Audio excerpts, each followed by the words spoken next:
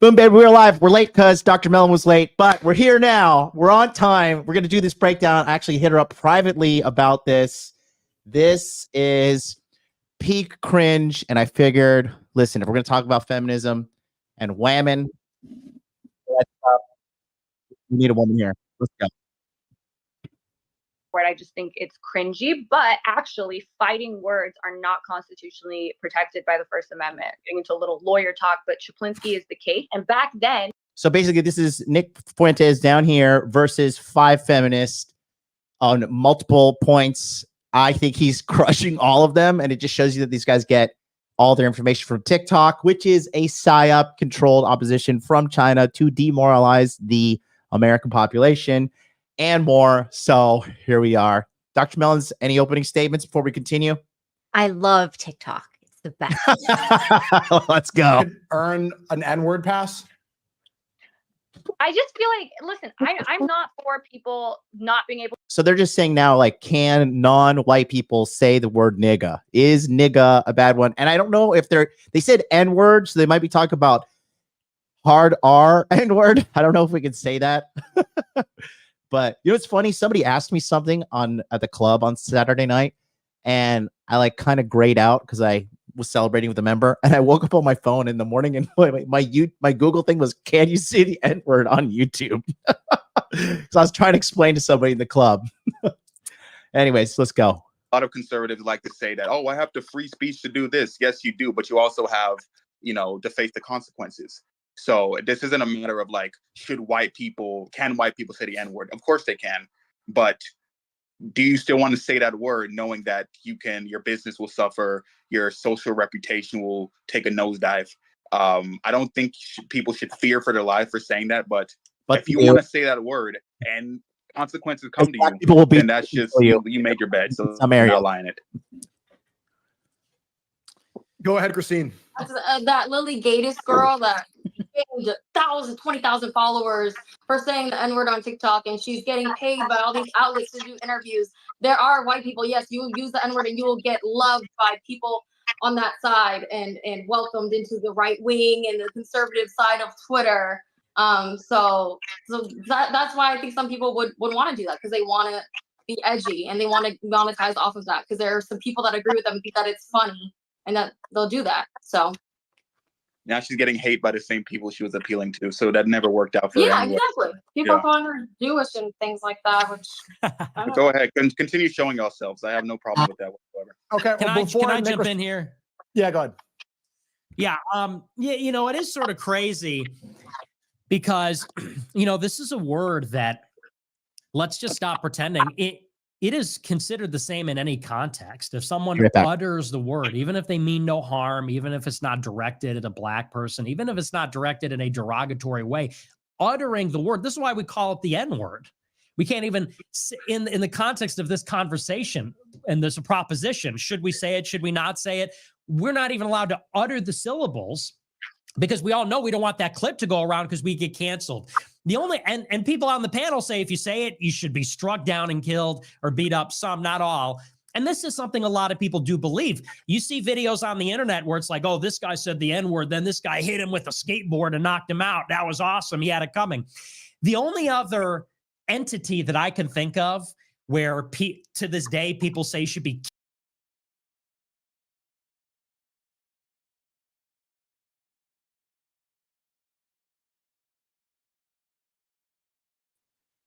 I'm back.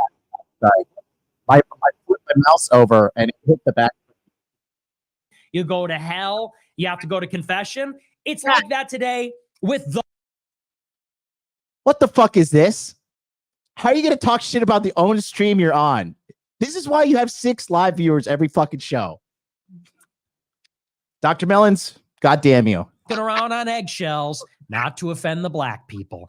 We all know you can offend white people, Hispanics, you can offend Asians, you can heap discrimination and racism on Arabs, Muslims, even Jews on some level. But we all know black people, I love this lady. Careful what you say, or else you'll be canceled. If you're not in good standing, if you don't have the stamp of approval, you'll get shouted down. And I think it's totally ridiculous. So I totally oppose it. I think that, look, it's a word, sticks and stones, break my bones, etc. People get called retard. People get called all kinds of other things. People can say things that are even meaner, that are more personal. But for some reason, Type it in the blacks are chat. this Let's protected talk to class. You you. can't say their special word. I think it's total joke. I think that if whites and blacks want to live together in harmony, there has to be a real mutual basis of equality. Nobody's ever said that there's things off limits you could say about white people. Jamie Foxx can go on SNL and say, I play Django. I get to kill a lot of white people, which is pretty awesome. You talk about killing white people on TV, that's fine. You utter the syllables of a slur, suddenly you're a racist, like Michael, or what's his name, Kramer from Seinfeld. It's totally insane. It's got to go. And by the way, that's for the benefit, I think, of both people in the whole country, both peoples, blacks and whites. I think we should be able to say it. And it's funny. So I wanted to, real quick, guys, this is Aiden speaking. So it was my birthday a year ago. I was on stage with Chief Keef and we were rapping together, Don't Like. I asked Chief Keef on stage with him. I said, can I say it? You sure? You sure? He says, yes. I ended up rapping the lyric and I said the N-word. Do you guys think there's anything wrong with that? I think, like, do you want to go, man? Go ahead. Okay. That is a very elementary way of thinking that, oh, because it's in a song, it makes it okay. Everybody likes to ignore the history. That should be the first thing that should come to your mind when you think about the N-word and its origin. It's just not like a light word. We know that the N-word was made to oppress. Us taking the N-word back was us reclaiming our power. You were trying to say that you using the N-word is funny, is you taking... So are we going to put a disclaimer on all rap music? You cannot sing along these lyrics unless you are African-American. You cannot say nigga. Otherwise, you're a hate-filled individual. By buying a black person's song, supporting a black artist, paying money to go to their concert, buying their merchandise, but you're still a hate-filled individual if you sing the words along. Go. You know how they say whoever you're not allowed to speak against is who controls you? We can say like derogatory things against everybody else. Sus. I just think it is a stupid thing that is like, if you're still trying to police the words of people as a culture, as a society, that is like if you want to talk about the problems that the black community is facing, policing the words of everybody in the world is such a losing ROI on what you're doing. If I'm looking at the black society as a business and we have limited resources in regards to time, money, attention, energy, that is something at the very bottom of the list. You could call me whatever. I have been called every name in the book. I've been called an N-word lover because I have Donovan Sharp on the stream. I've been called ugly, gay, homosexual, pedophile, every fucking thing in the book. It has been thrown at me. But I am not so mentally weak that I will let someone else's words bring me down.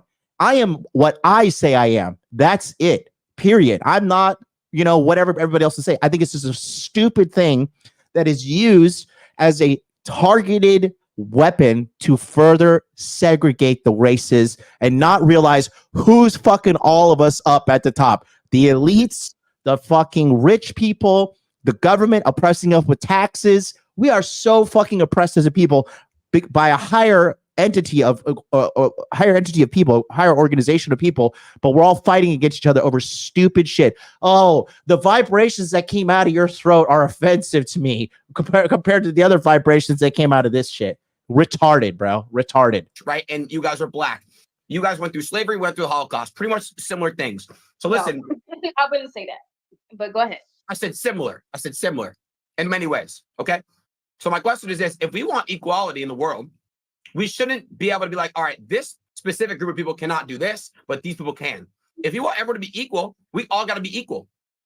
I'm not telling you, that's the thing. I'm not telling you what to do. I'm asking for respect.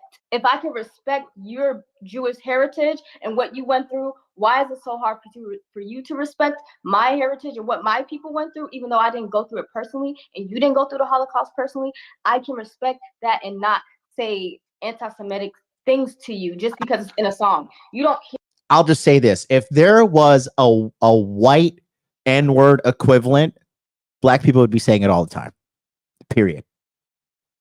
I don't care what anybody says, because the bottom line is that there is a hatred between races. Every race thinks they're the best.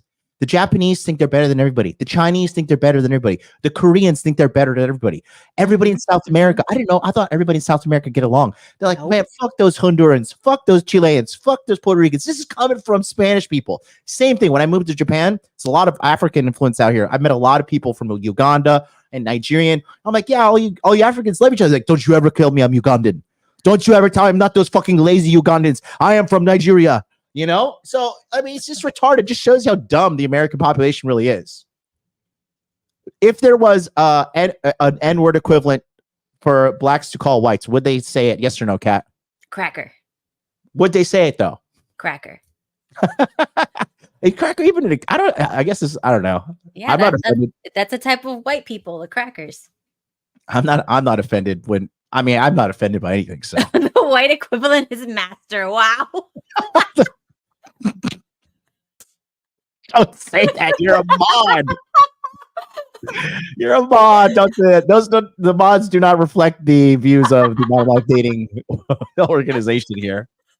Dear Lord. So I think it's very hypocritical that you're saying, black people don't let me say this, when you guys will be quick to boycott us if we said something y'all didn't like. That's literally just how society works, and there's nothing wrong about it. Yeah, I'm just arguing people should be able to say it. I agree. I mean, people can react how they want, but I'd also But you're add, saying, but they're canceling us. Do you not think that people should be canceled for saying the N-word? Yes or no? no, absolutely not. No, free speech. Then you're Mhm. against the free market then. So you're basically contradicting your That's point. stupid. This That people should be able to say I something. don't think there's Call me anything a morally wrong with saying a word. I I'm think sorry. that That's stupid. if a person, and by the way, I'll just say, I think if a person has demonstrated that they hate another race, I think that's wrong. As a Catholic, I think that's wrong. But saying a word in any context, like Aiden said, you could say it as part of a song. And I may not be a little edgy, whatever, I make a joke about it. But saying a word in the context of a song is obviously harmless. You're singing the song, you say the words in a song. You like the artist, you say the word in the song. But, we've seen legitimately people get shut down because, on TikTok, when they do the lip syncing, they do this when they do the N-word. They say, when the N-word comes up, they do this. Because it's like not even saying it, but lip syncing it as part of a song, people consider so immoral that they'll get contracts taken and everything like that. I don't think there's anything inherently wrong with uttering a word, even if you might find it offensive. And, again, context is everything. If someone is using it in a super derogatory way because they hate black people or something like that, I think that is different than people that say it when they're discussing it, people that say it in a song. It is a term of endearment among the black people. Same is true of other slurs. Gay people call each other faggots. Women call each other bitches. I'm sure retards call each other retards or something. That's just society. What's really going on with the N-word is it's more about this social station that blacks occupy, and you can sit there and say, well, I don't think they should be beat up. But, just like Chief Keef doesn't speak for all black people, you don't either. A lot of black people take that as a sign. I can kill, I can punch, I can maim somebody. I think that's wrong. Heaven, I want to ask you a question, Isaac, before you go, to include more people. Heaven, you said earlier that people should expect to be beat up or murdered if they say the word. Is it the same repercussions if they say the soft A versus the hard R? Me personally, I just feel like they shouldn't say it at all. I was raised a little different. As a black person, I can say it, but my family didn't let me say it. I feel like I really do feel like it's just classless and tasteless to say. I feel like if you want to say that word, like everybody else has said on the panel, just expect whatever that happen. My stance is still the same. I don't think anybody should say it. But is it equal if Nick said the soft A versus the hard R? Is it the same level of offensive? Yes. That's stupid. Okay, Isaac, go ahead. Yeah, I just think that I agree with the statement that people should be able to say whatever they want. What I have a problem with is that Nick Fuentes seems to be of the opinion that whenever they face consequences for saying something that's socially unacceptable, that that's wrong. People practicing their free speech and boycotting or calling somebody out or, getting fired or, something bad happening to them that isn't against the law, that is perfectly fine. So you can say the N-word all you want, but do not be surprised when you face societal repercussion for that. That's just how the world works. That doesn't do anything for the Black people in general. Like, if you say this word, you might be killed. That's just gonna people be like, oh, what a bunch of N-words. Like, straight up, that's the average person is gonna say that. So I mean, to say like, oh, we got to live in fear, that's like the same racism that Blacks went through in the civil rights movement earlier in American history. So like, now we're just gonna flip the script and everybody needs to live in fear of Blacks. To a degree, a lot of people already do, to be very honest.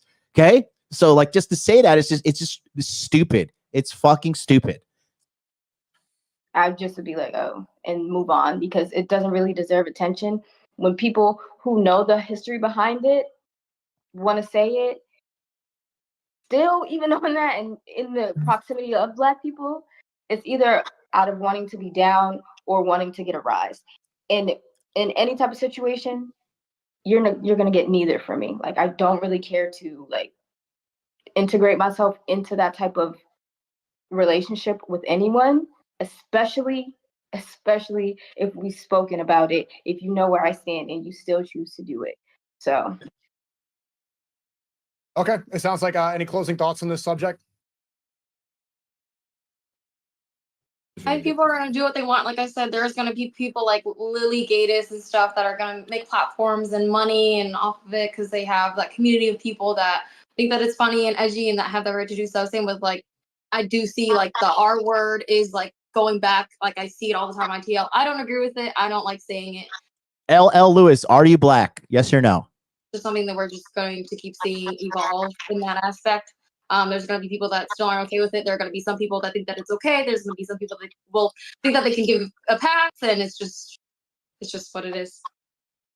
Okay, I think we can move on to the next subject. Wait, go ahead. You want to ask Nick if there's? No, I don't think Nick has it. We pretty much hit this. Nick, do you have anything?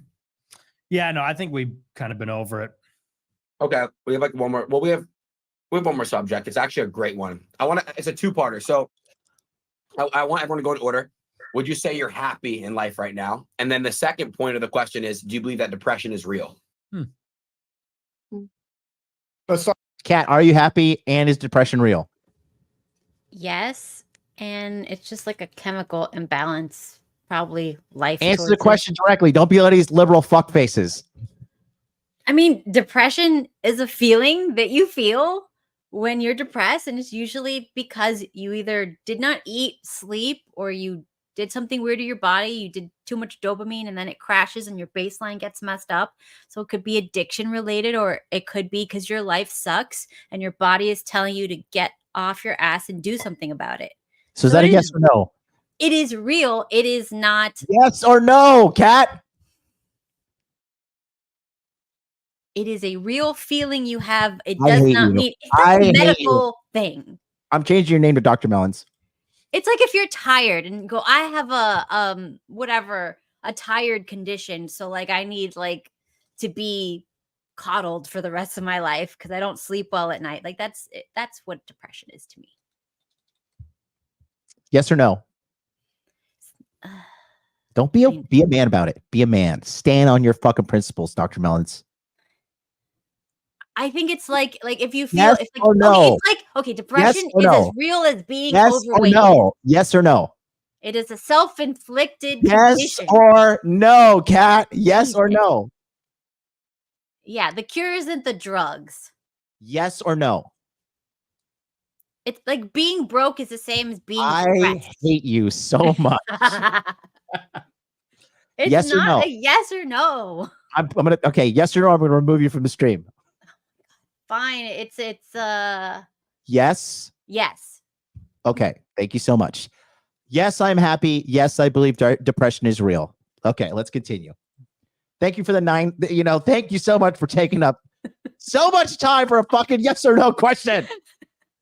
Develops, and I feel like maybe I want to say that it's solvable by just practicing gratitude, but that is more personal to me rather than I can't just apply that to everybody. Isaac, go ahead. Yeah, I would say I agree with Nick. I think I'm content. I do think a lot of people are chasing a fleeting sense of like spark, and whenever it dies down a little bit, they start to think, oh, like life is not worth it or anything. But I think you do need to appreciate even the little things about life. As for depression, I do think that depression is real, but it is like there are two sides to it. There's like environmental aspects where, you know, somebody loses their job, they're in a tough financial situation that can lead them to being depressed.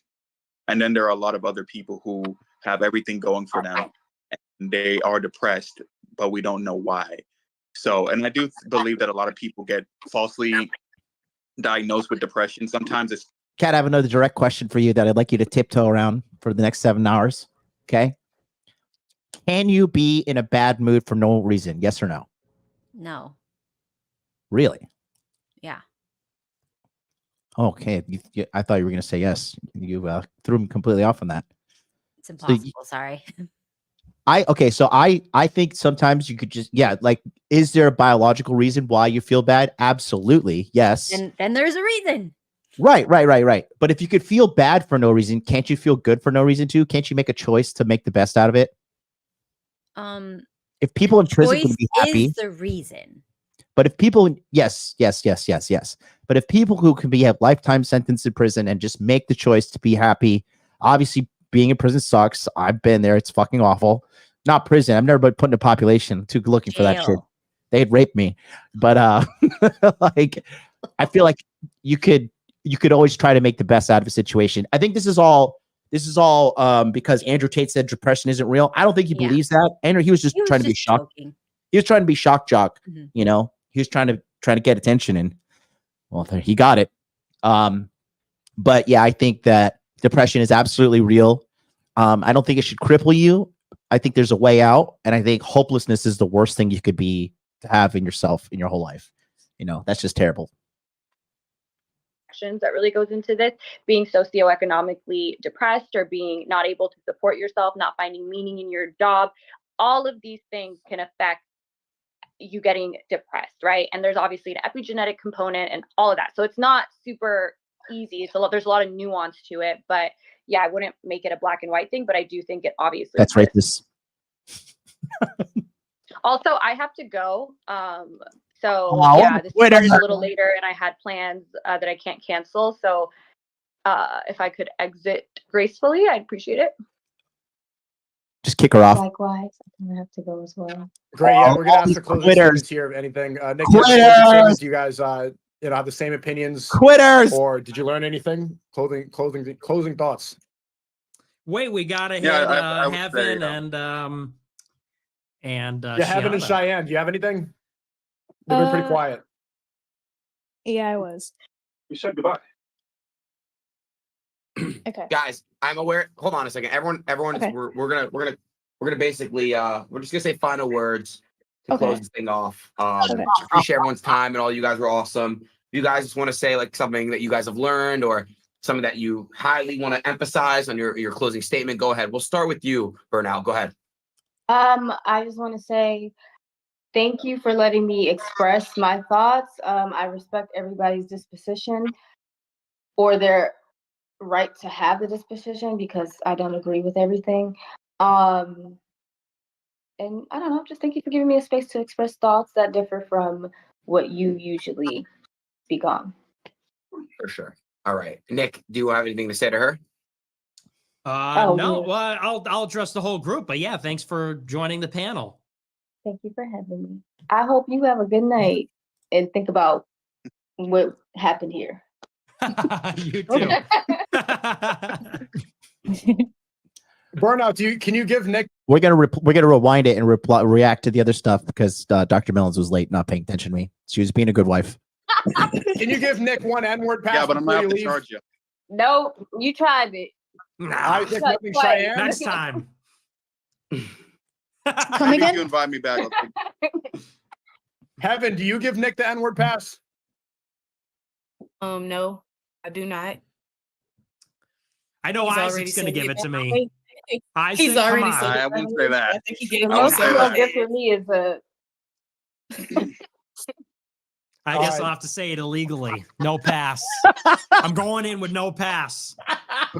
Don't you've kill done me. that before. I mean, you That's already true. did it. You Hasn't don't stopped me have yet. to. He already stated he don't need a pass. Yeah, Rashad, can I get an N-word pass? Hey, listen, under this logic, then racism exists because black people withholding the N-word pass from giving it to the world, right? Because if everybody had the N-word pass, then we could all say nigga freely. I have many nigga passes from a lot of my black friends. And when my black friends call me nigga, inside of my head, I am so happy. I'm like, he accepts me. I'm accepted. I'm accepted. Right?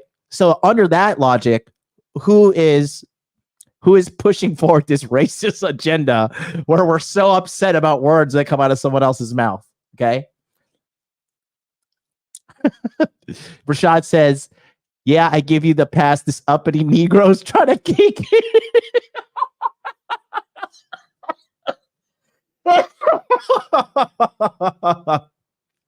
Dr. Melons, say nigga right now. No. Say nigga, please. No. We're not going to have that. I am going to make an AI clone of you saying it. Beautiful. All right, Nick, we're gonna just put our camera on 1 second. Sweet. It's over. Chat, who won that, chat? Who won, chat? Let me see you guys do a WRL. Why won't We're the somebody fix feminists his hair? annihilated. Come on. Yeah, that was we had to change some of the questions during the conversation because it was pretty clear that they didn't really know what they were talking about. So we made it more like juvenile and simple. I think like starting off with Kamala Trump was not the right idea. So I tried to make it more comedic towards the end. They didn't really have much. Most of the time they just said, I feel like, and like, yeah, they should vote, but they didn't present any arguments. And even they got offended. There wasn't much going on from that. I was disappointed with the panel. How did you feel?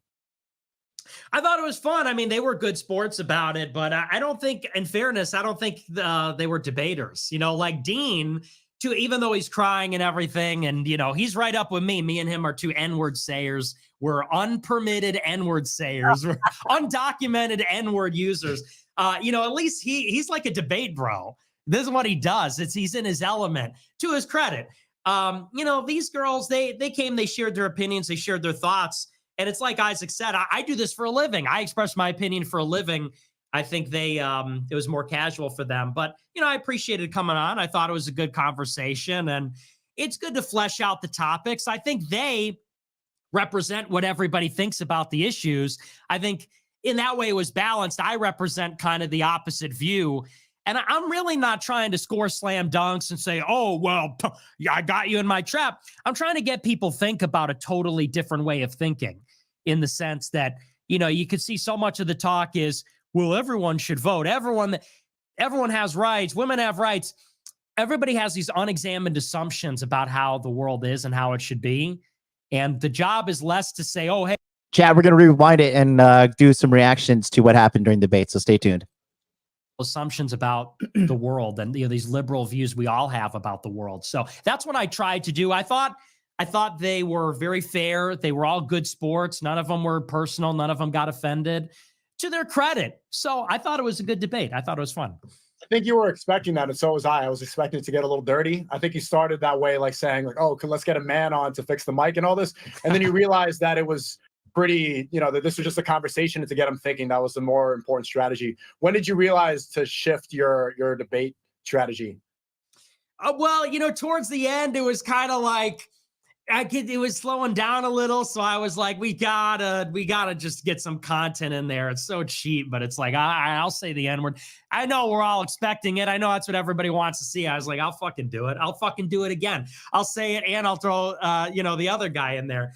So I was like, yeah, we gotta do it for the content. It can't all just be like wholesome Chungus, you know, my turn to talk. We got, you know, we had to throw some. None of them took the bait. I'm a little disappointed. I threw out Molignan. I threw out Shine. I was thinking someone's going to take the bait.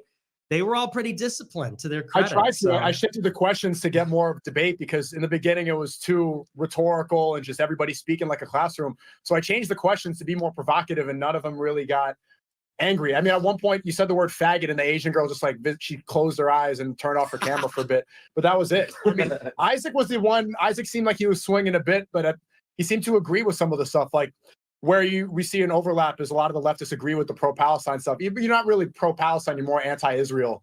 But there's not that much contention because they have to concede when it comes to Christianity because they can see that your morality comes to Christianity. They don't want to argue that, and their morality is subjective. So it kind of just reached a point where there's not much to disagree about.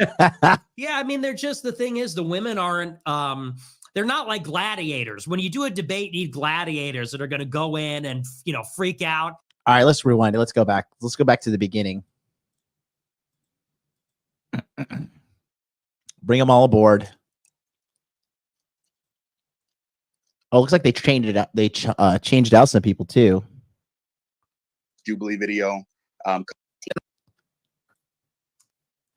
me see. Where does it start? Where does it start? This little statement. You guys can go off like that. It's just much easier so you guys don't talk to each other. Yeah. So Nick, go ahead and start it off. Trump versus Kamala. Nick, I already know how you feel about that, but obviously, who would you prefer, Nick? All right. Between the two, go ahead. Sure. Well, first, I just want to introduce myself.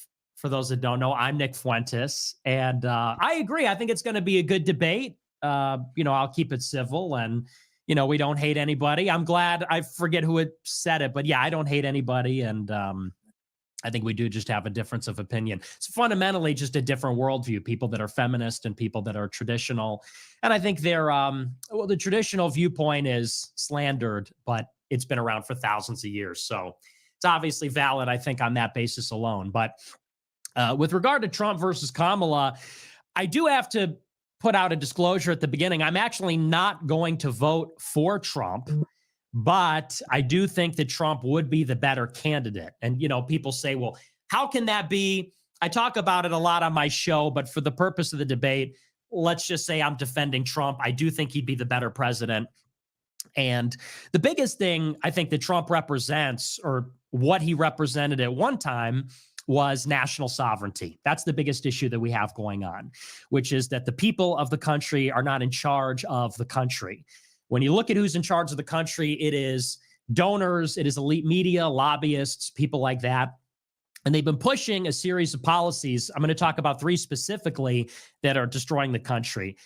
Mass immigration, legal and illegal, free trade, which is the movement of goods without tariffs or duties or anything like that, and foreign wars, nation building, and regime change in foreign countries. Those are the 3 pillars of what he called in 2016 globalism. And these are all policies that enrich the elite of the country while they impoverish and injure the people of the country. And so for that reason, I'm defending, broadly speaking, Trump and his movement insofar as he is defending national sovereignty and reversing and dismantling globalism. Cool. Perfect. Let's start with top left. Your name is Burnout. Burnout, we'll give you 30 seconds, and then we'll go around 30-second intro for each one. Kamala versus Trump, and then we'll keep it free-flowing. Burnout, 30 seconds, Kamala versus Trump. Who do you prefer? I'm not going to hold you guys. I prefer neither. Based. I'm not going to sit here and be like, I'm going to claim a team. I don't fuck with what Kamala's on. Am I allowed to curse? Yes. You could say, okay. and I you don't could, fuck guys, what just Trump is on, but if I had to give an opinion, let's take a look at both of the presidencies. What do we think we achieved? Trump. Where do we think we achieved more? Honestly, Trump. I'm gonna keep it really real and say that Kamala really, I don't really see what she did other than getting silk presses. I'm gonna keep it a buck with you. I followed her career before she became vice president. She was doing mass incarcerations for Dr. Melons, PhD in savagery, also a PhD in cowardice. Yes. What? Trump or Kamala? Trump. That's it. Why?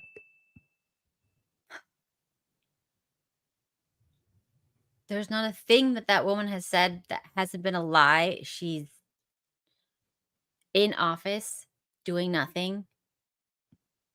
And she said everything that was done so far in Biden's presidency was totally fine. She's cool with that. And the economy sucks. Everybody sucks. I can't think of a reason to. Is it because your husband's white? Oh my God. No. I appreciate the realness. We're gonna work on this. We're gonna get you real as fuck. We're gonna get you a PhD in being real. Do you know what the number one thing that's important about having a personal brand is? You know what it is? Not taking things personal. Authenticity. Yeah, well, there you go. Is this true? John F. Kennedy's in the chat. He says she's voting for however her husband says. True or false? No, Did you vote for Obama?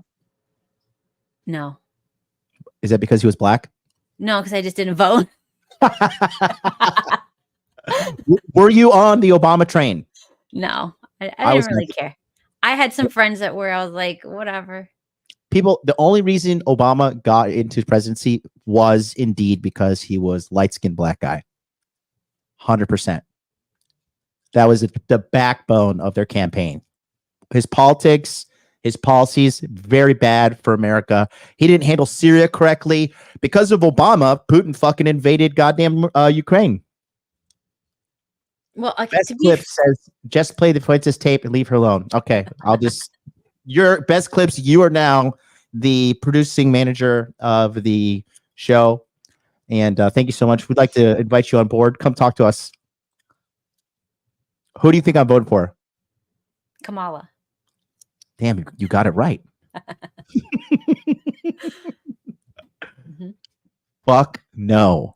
Fuck everything this administration stands for. It has been the worst presidential administration in the history of our country. Hands down. It has been an abomination. It is and the thing is, let's say the election was legit, which it wasn't, but let's just say it was legit, right? People didn't vote for Biden. They were just voting against Trump. That's what it was. Yeah, because they brainwashed them that he's so bad that anybody is better. So they didn't have to try and give them a better choice. This is why, to a degree, I think stupid people should not vote. I think there should be an IQ test. I 100,000% agree at this point. I can't reason with these people anymore. I can't do it anymore. These people? What do you mean? You know who I'm talking. Yeah. Okay. All right, let's go back. Ready? Or, weed, which was really like typecast, like you were just trying to reach that place. So you did what you had to do.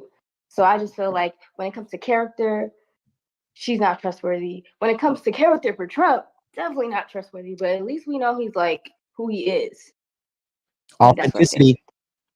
Authenticity.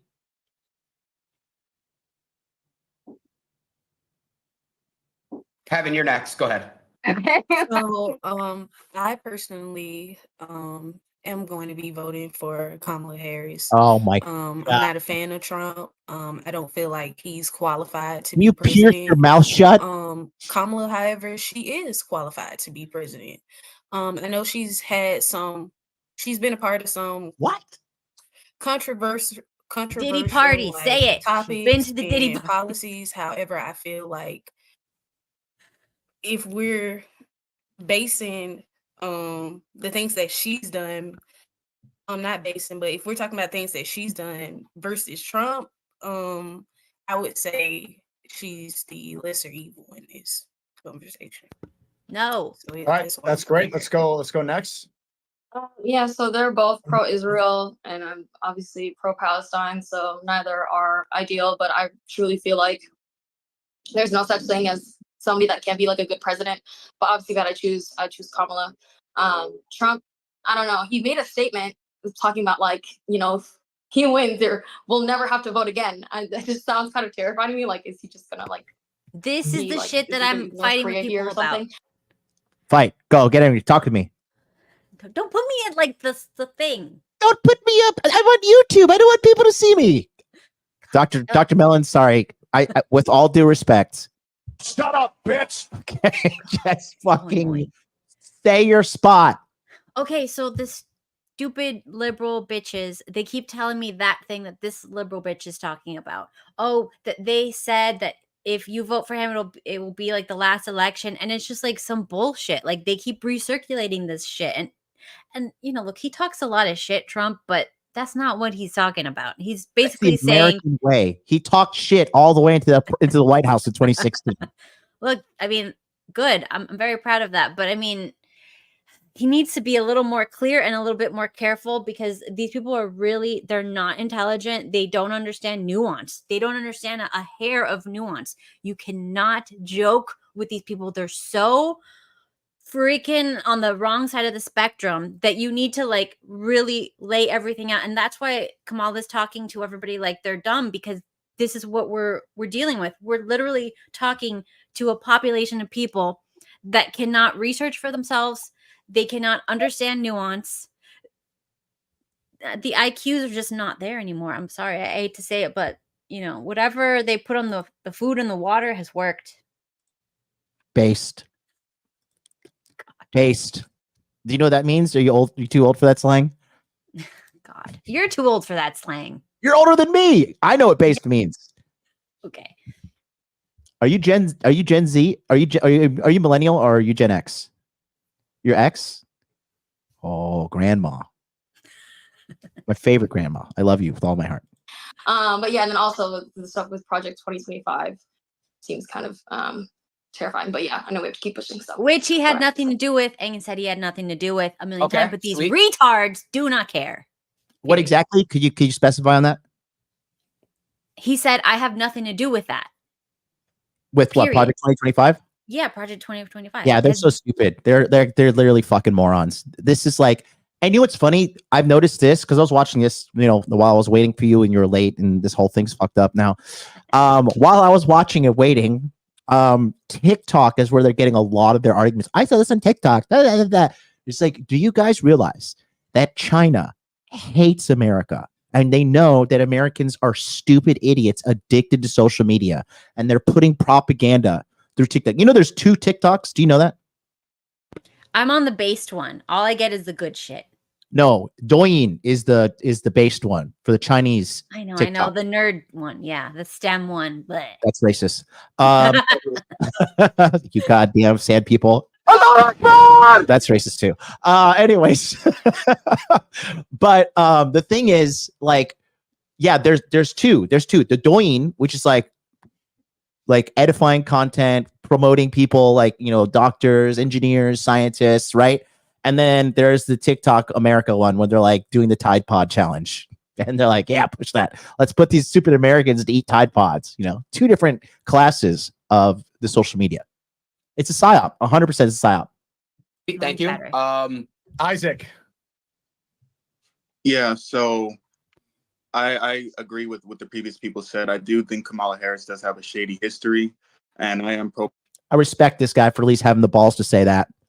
Palestine as well, and I do not support. The fatter you are, the more estrogen you have on you. But I feel like, you know, it's not a coincidence. Have you noticed how like Mark Zuckerberg is like totally turning his whole mental shit around because he started learning how to fight, and he's realizing, holy shit, I've been a blood fucking... to his brain from the movements and stuff.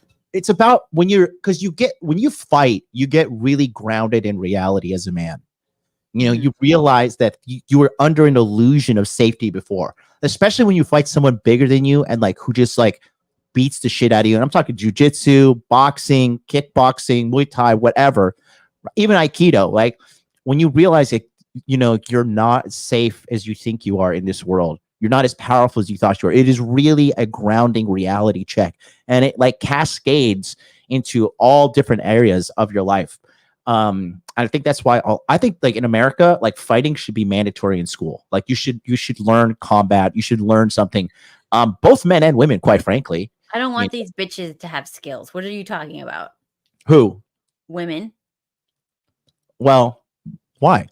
Because they always would attack me. Are you want them to know how to fight? They only have their words now. Well, here's the thing. The more you, I'll tell you this from my perspective, okay? The more you learn how to fight, the more you give off this aura that people don't want to fuck with you. And on top of that, the more you don't want to fight people. Because I got like last was 2023. Yeah, last year I had a hater online talking shit. And I confronted this guy, right? Physically in Tokyo, right? And he realized at that point he fucked up and he could not defeat me in a physical altercation. And then he ran to the call and called the police, you know? And then that made me realize, like, okay, for these guys who don't want to be a man, don't want to engage one-on-one combat, don't want to handle their business like a man, they're going to run to authority to save them, because that's the only repercussion they have. There's no way he could have beaten me in a one-on-one confrontation. So then me as a person now, I'm thinking like, okay, yeah, I could kick this person's ass, but then now they're going to fucking get the police involved. And like, you become less, the people who are more aggressive and more in your face, these are the people who cannot fight. These are the people who cannot do things. And it kind of tempers you as an individual. Like you can't fight. Yeah, and I'm the most aggressive. It's all right. We'll take you to some senior ladies' self-defense classes. Sending money and ammunition to Israel. However, I'm not a single issue voter, and we live in a two-party system. So we have to make do with the cards we're dealt. And since the third party candidate has no chance of winning, we have to make two binary choices. And I'm going to go with Kamala Harris because she is the lesser of two evils. And I also think Donald Trump is the most dangerous president in modern history. That's just my personal opinion. What the fuck? Yeah. What the fuck? I told you he didn't have a good jawline. That's why he's fat, because he's stupid. I'm sorry. The most dangerous dude, the world was at peace more so at any point in human history under Trump's presidency than now. We're on the, like, every other content creator in the world is like, World War III is coming. World War III is coming. Everybody's acting a damn fool. Israel's acting a damn fool because they know our administration is weak and won't do shit. Putin was like, fuck it, let's invade. Ukraine is not stopping. I mean, China's, making these threats, militarily to Taiwan and, encroaching on sea space. Mm-hmm. This guy's a fucking idiot. I'm sorry. This guy's a fucking moron. That guy's stupid. Retard. I'm sorry. I fucking can't even. Like, what? How is he? Oh my God. It's so stupid. I can't even process it. But unbelievable. Like, can you imagine like waking up and go, I need to be in a debate with someone like, what's his freaking Nick Fuentes? I mean, and this is who you are, and this is your IQ, and you're like, I'm gonna debate Nick. What the hell is wrong with people? And this is why the purpose of this is to guys show you the fallacy of feminism, right? That's the fallacy of feminism right there. It is like communism. It is good in theory. In theory, it's good, but in actuality, it's just. Oh no, this is not my socialism shirt. No, can you do that again? No, this is my. If it flies, it spies. That's Chinese. That's Chinese.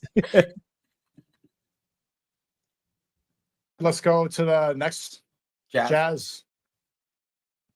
Okay, let's hear what a digital whore has to say. Okay. It's perfect. Exactly. This is just perfect. This is just I can't even get your fucking mic to work. Yeah, you're muted. All right, should we just kick her? Yes. No, it's not kick her. Go back to her. Well, He's in the middle to let her fix it. Retain attention to this whole That debate. was Sneeko who said that, by the way, not Aiden Ross. Go ahead, Cheyenne. I feel like that was a sneak. Like, well, we're into the debate. We should have the technology going. But Cheyenne, 30 seconds on Kamala versus Trump. Who do you prefer? I prefer Kamala, but I will say this about Trump. There's a lot of people who hate him, but there's also a lot of people who like him, who think just like him. However, I do not agree with both parties when it comes to immigration. I'm pro-Palestine too, as well. However, whoever was going to be the next president of this country, regardless of how we all feel, we're going to forever fund war. We're going to forever fund all these things. And the thing that really bothers me about Trump is not the fact that he can say whatever he wants. It's the fact that he can get away with it. What and the heck? That's not something I would want. But you have to understand that these are all kids. These are all children. No, but she just said, "Oh, wars, blah blah blah," and she could have ended it with like, "And he's the only one who never put us in wars." Yeah. Well, I mean, look how dumb she is. She doesn't even have her fucking camera facing her fully. Like, she's on a huge stream with 60,000 plus people, and she's like, "Hey guys, I'm here to give you my opinion today. I just think Orange Man bad." You know? Sorry. The thing, here's the problem with social media. It give people, in my opinion, who shouldn't have a voice to have a voice, but that's free market capitalism. You got to give all these idiots a shot. Hilarious, bro. Shout out to Jenny Deere. She says male feminist is the most disgusting phrase I've ever heard. Shout out to you, Jenny. Based. Super, super, super based. Okay. Anybody to look up and be like, oh yeah, that's my president right there. I'll be ashamed. Now for Kamala, I do not agree how her upcoming was. It was very shady. But however, I give credit when credit is due. And damn, that lady worked hard to get there. Yeah, on her knees. On her back. Both. Okay. That's how I say it. So okay. Got it. Now, a lot of you guys are, kind of going off of, I'll be real, like you guys are being upfront. I'll be upfront too. A lot of you guys have some of the same views as Nick when it comes to this stuff. But I want to ask you guys a question. Is there anybody here that genuinely believes that Donald Trump is racist? And if you do, please raise your hand. Okay, so I'm Asian. All the comments he made during COVID, we all know. I'm sure the chat's going Black crazy. job. What a dumb It bitch. was from China. It is the China What? virus. A dumb bitch. Is she an OnlyFans girl? What is this idiot on about? It's from China. They call it the fucking Wuhan fucking virus, and it came out of Wuhan, China. Just like if there was like a Japanese flu, we're like, hey, it's the Spanish fucking flu. the samurai flu, like, okay, you're gonna get angry or we should call it the China virus, which he did, and they're like, oh, that's racist. I hate all these people. I hate them all. This is so stupid. I hate stupid people. That's my thing. There's too many of them. There's too many And of them. they're reproducing. Do you think maybe like we should just let them cull the population of Earth like they're trying to do by getting us to eat the bugs? Yes. Yes. Maybe they know better. Maybe we're wrong. No, we're not. We are We're certainly wrong. We're trying to save the wrong people. They were right. I want the elites to reach out to me and like, look, I get it. You want mass genocide of these idiots out here. I'm on board. Hit me up. I'm only $1 billion. I'm cheap. Let's go. Like, I just can't even. Look at this guy simping already. Go back and sell some pheromone soap here. Simping in my chat. Rub some pheromone soap on your bald head. Then she'd like you. The chat seems to agree with you, Dr. Melons. Call yes. Look at this simp. Unbelievable. Simping in my chat. Ridiculous. Go steal some more Rolls material. All the sing song stuff. Okay, so Nick, is that a better topic? My would you say? African American. Let's discuss this. Yeah, let's go free flowing from this. Sure. Yeah, that's fair, I guess. Yeah, I mean, let's talk about Trump being racist. If anything, I don't think he's racist enough. That's my opinion. But I have a different definition of racism than you guys. Let's just be honest. Oh my God. Did you see the two black people like low key laugh? Like they looked to the left or she smiled.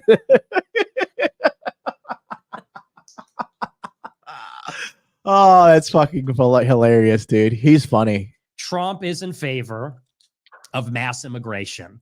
Trump changed his policy in June and said that he wants to staple green cards to the diplomas of every foreign student that comes to America, whether it's a 2-year, 4-year graduate degree, doesn't matter.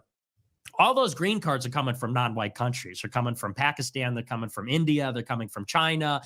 If you are truly a racist and the thing that, people that are race conscious or white identitarian, what they deeply care about is the racial makeup of the country. The most stark thing that is going on in the history of the United States right now is that the country was 90% white.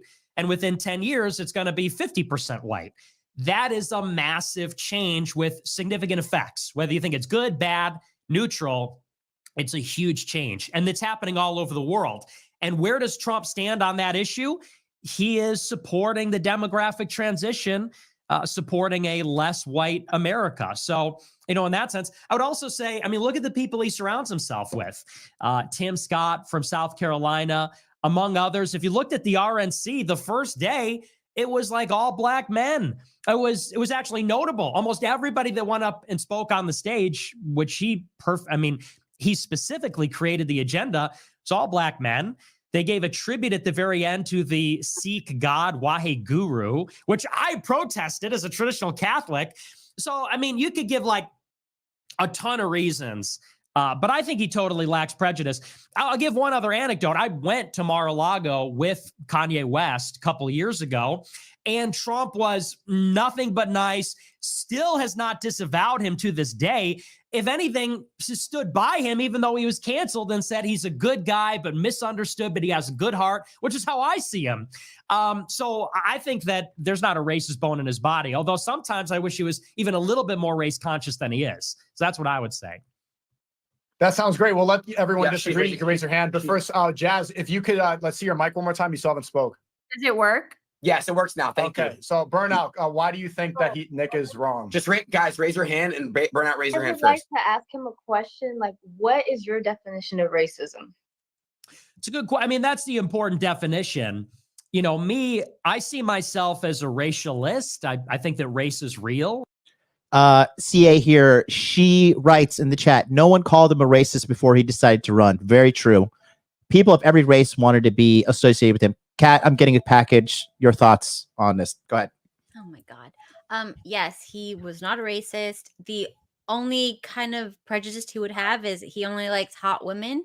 And I mean, that's most dudes, and he is famous and he has power. So he's allowed to openly prefer hot women, and he likes all races hot women because we've seen him around really hot women of all colors and shapes and sizes. And I'm sure he's like one of those, been around the world, got one in every flavor, but then he settled with his favorite flavor, which is the Slavic woman.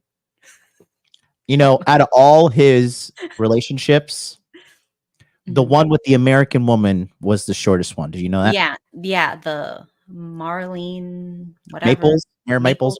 Yeah, yeah. She looked insane too. She's crazy. She ran up on him and Ivanka when they were private, and she told Ivanka, I love him and I want to be with him. Like, I want him. You know? But that's like a very Jezebel. American. That's a demon. That's a Jezebel demon thing to do as a woman. Like, bitch, go home and beat her in silence. You know?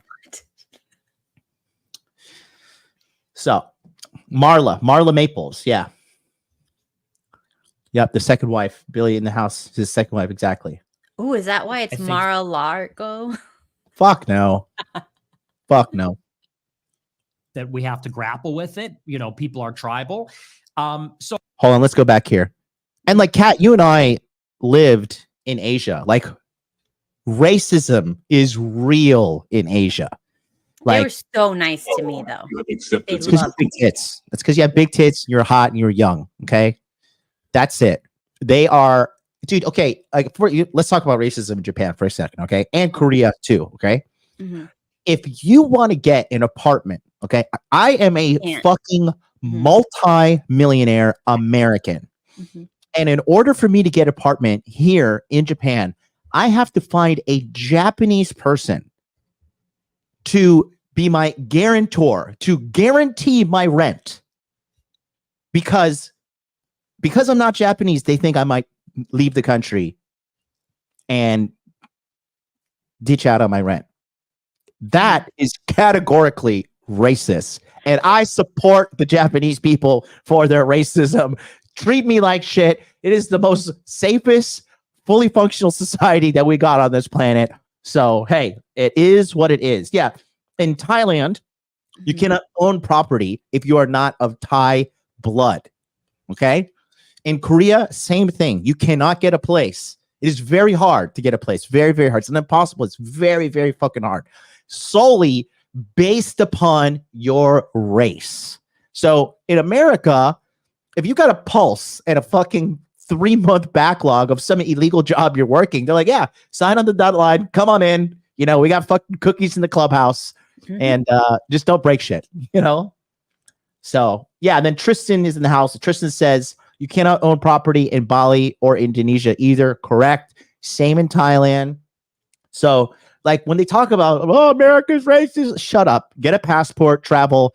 you'll come back and love America. And all my black friends in Tokyo too, they laugh too. They laugh at blacks back home in America. It's like, they don't know what fucking real racism is, you know? And when we make joke, we're like, we're all niggas out here, bro. We are all motherfucking niggas out here. So no, absolutely not. Like this whole, it's a racist country. America is the only country in the world, or one of the easiest countries in the world, that you go there regardless of the color of your skin, regardless of the race you are, regardless of your fucking sexual orientation, whatever. And if you provide results, society will reward you, period. So it's fucking dumb. Stupid. Let's go back to, okay, I rewound it. It's good, bad, neutral. It's a huge change. And it's happening all over the world. And where does Trump stand on that issue? He is supporting the demographic transition, supporting a less white America. So, you know, in that sense, I would also say, I mean, look at the people he surrounds himself with. Tim Scott from South Carolina, among others. If you looked at the RNC, the first day, it was like all black men. It was actually notable. Almost everybody that went up and spoke on the stage, which he specifically created the agenda. It's all black men. They gave a tribute at the very end to the Sikh god Waheguru, which I protested as a traditional Catholic. So, I mean, you could give like a ton of reasons, but I think he totally lacks prejudice. I'll give one other anecdote. I went to Mar-a-Lago with Kanye West a couple I rewound it a little bit because I wanted to get the full context of his definition of what is a racist. years ago, and Trump was nothing but nice, still has not disavowed him to this day. If anything, stood by him, even though he was canceled, and said he's a good guy, but misunderstood, but he has a good heart, which is how I see him. So I think that there's not a racist bone in his body, although sometimes I wish he was even a little bit more race conscious than he is. So that's what I would say. That sounds great. We'll let everyone disagree. You can raise your hand. But first, Jazz, if you could, let's see your mic one more time. You still haven't spoke. Does it work? Yes, it works now. Thank you. So Burnout, why do you think that Nick is wrong? Just guys, raise your hand, and Burnout, raise your hand I would like first. to ask him a question. Like, what is your definition of racism? It's a good question. I mean, that's the important definition. You know, I see myself as a racialist. I think that race is real. I think that we have to grapple with it. You know, people are tribal. So I guess the working definition would be, race-based hatred. Does he hate people or have prejudice for people based on their race? Would be my definition. Hear me now. The next question is, do you think your definition of racism applies universally to everyone, especially the people who are at the the hand of racism, like the oppressed or the oppressors? And do you think racism is an oppressive institution? Or do you just think, oh, racism is hating on people? Well, the definition's totally subjective. I think it's a very ambiguous word. I mean, what does racism mean? Does it mean you believe that race is a determinative factor? Or do you think that, like left-wing people do, I imagine you do, based on what you're saying, that race is, one of these categories that's used to oppress people? It's totally subjective. And that's why we have to meet on the definitions. But no, I don't believe, what exactly is the question? People disagree about what racism means. Absolutely. Okay, universally, I would say racism is the institutionalized practice of putting a marginalized people down and keep. So Asia is categorically racist and it's thriving. Okay. Keeping them down, whether it's thoughts, whether it's so thoughts. Now we're thought policing people. We're gonna arrest you for future crimes. Somebody call Tom Cruise. Whether it's being rejected from a job because of how you look, your skin color. So anything that has to do with your skin color and you being rejected or dejected or objectified or subjectified is the definition of racism to me. And I think that Kat, elaborate on that. I gotta get a package. There's nothing to elaborate. This is jibber jabber. This is she probably went to one of those colleges that's like psyoped, and she probably studied some sort of liberal this or that, and she was brainwashed, and she just repeats what she had to learn. There's certain catchphrases they teach all the kids, and then you'll hear them regurgitate stuff, and then if you try to ask them, what does that even freaking mean? This is just feelings and thoughts and random bullcrap. They can't do it because they're not taught logic in school anymore. They're only taught repeat. The end. Why did he leave me alone again? You're guilty for the future crime of having no enthusiasm. You're going to go to jail. We're going to make you entertaining. We're going to send you to streamer concentration camp to make you more entertaining. And they're going to force you to wear a halter top the whole time. Oh my God, no. From multiple studies and just living real life, a lot of people will agree with that. Can I, well, like, what is up? This is just driving me insane. Why do we have terrible camera angles? Like, do we not realize 60,000 people plus will be watching this live? Why are you like? I saw something on TikTok that I'd like to address.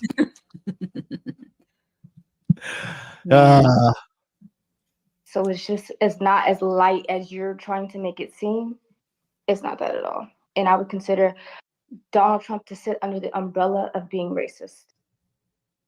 Just because of how he moves, his policies, how he deals with people of the opposite Look at his face. race Nick's or face is anybody like, that is the not fuck is similar coming to out of him. her mouth. Like who? Can you give an example? Anyone.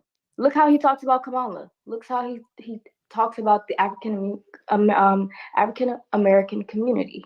Nothing. It's not from a place of understanding or relation. It's an outside observation from generalized views that are just stereotypical, really. Because have you seen him really be in close word contact with salad? anyone who is Do we have to actually watch someone this who whole is a thing? Yes. Welcome to being a streamer. God damn it. This is just words. These people are just too stupid. This is not entertaining. This is sad. I'm depressed So depression's real. because of this. It's Okay. caused by this. So depression is real. Got it. Okay. Just wanted to double check. Oh my God. representation. This depresses me. Like, what are This we is the doing here? saddest thing ever. What are we doing here? And she's saying, like, where have we seen it with black people? Trump went to all black church and they all laid hands on him and prayed for him, like on multiple occasions. Like, Oh I don't know where God. she's coming with this shit. So many things he's done for the black community. I saw like years ago in his first presidency, a couple weeks in, he had this huge thing. They're taking all these photos with a whole bunch of these black people because they had a lot of traditionally black colleges, and he was giving them a bunch of grants and funding and taking photos with them.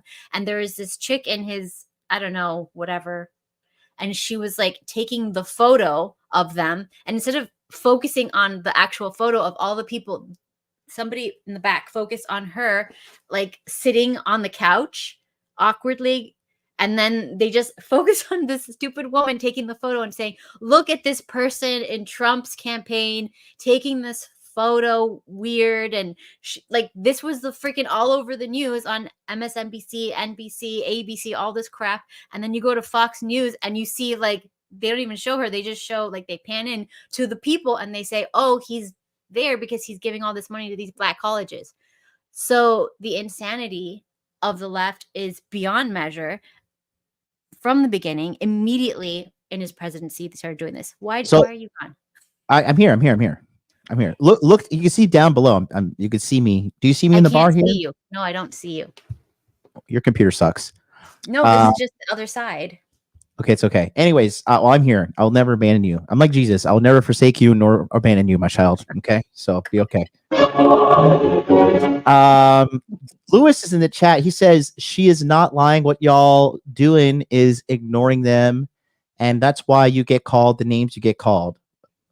So people call me a faggot. People call me a faggot because we're ignoring issues. What are you talking about? Can you elaborate? Those were the black reps. They don't count. They were black reps. They don't count to the black community. So what do you want him to do? Like, do you want him to go to fucking Lil Uzi Vert concert? Or like, could you voice what? I don't understand what she's saying. I'm gonna rewind it and try to understand so you don't hate me. I'm gonna do everything. I'm gonna pander to the black community too. Hold on. No, Just this is joking. 3 hours. No. Hey, you can leave whenever you want to, you quitter. Do you think your definition of racism applies universally to everyone, especially the people who are at the the hand of racism, like the oppressed or the oppressors? And do you think racism is an oppressive institution? Or do you just think, oh, racism is hating on people? Well, Like, the what do you definition's think? totally subjective. I think it's a very ambiguous word. I mean, what does racism mean? Does it mean you believe that race is a determinative factor? Or do you think that, like left-wing people do, I imagine you do, based on what you're saying, that race is, one of these categories that's used to oppress people? It's totally subjective. And that's why we have to meet on the definitions. But no, I don't believe... I mean, what exactly is the question? People disagree about what racism means. Absolutely. Okay, universally, I would say racism is the institutionalized practice of putting a marginalized people down and keeping them down, whether it's thoughts, whether it's speech, whether it's being rejected from a job because of how you look, your skin color. So anything that has to do with your skin color and you being rejected or dejected or objectified or subjectified is the definition of racism to me. And I think that from multiple studies and just living real life, a lot of people will agree with that. So it's not as light as you're trying to make it seem. It's not that at all. And I would consider Donald Trump to sit under the umbrella of being racist, just because of how he moves, his policies, how he deals with people of the opposite race or anybody that is not similar to him. Like who? Can you give an example? Anyone. Look how he talks about Kamala. Look how he talks about the African American community. It's not from a place of understanding or relation. It's an outside observation from generalized views that are just stereotypical, really, because have you seen him really be in close contact with anyone who is actually someone who is a clear representation of being an African American person or a person of another race, where he can sit down and they'll be like cool and not have any type of controversy? Yeah. I mean, yeah, there's tons of opportunity. So she's saying every black person that he's ever been seen with is not someone, is like not a regular person, I guess what she's saying. Yeah. So is that, like, that doesn't even make any sense.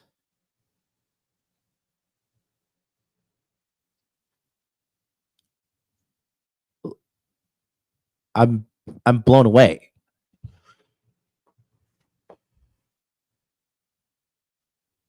So is he supposed to like go and just hang out with a bunch of regular black people all the time? Not all the time, obviously, but like, where is he seen just hanging out with regular white people and like, hey, look at these whites, I like them? Yeah, it's weird. I don't know. You can't win. Who represents the black people? Floyd Mayweather. The greatest boxer of all time, undefeated, loves Trump. Okay, well then they should be good with him too. Who's they? What do The you mean by other they? black people. The other black people. There you go. Now we're getting somewhere. Oh my God. Wait. Trump gave a fucking presidential pardon to Kodak Black. Like, is that, and he was leaving office at the time. So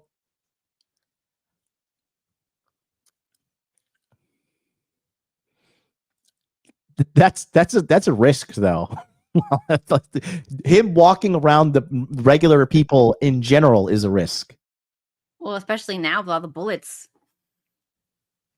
Black entertainers don't represent black people. So who does? Who does he? Okay.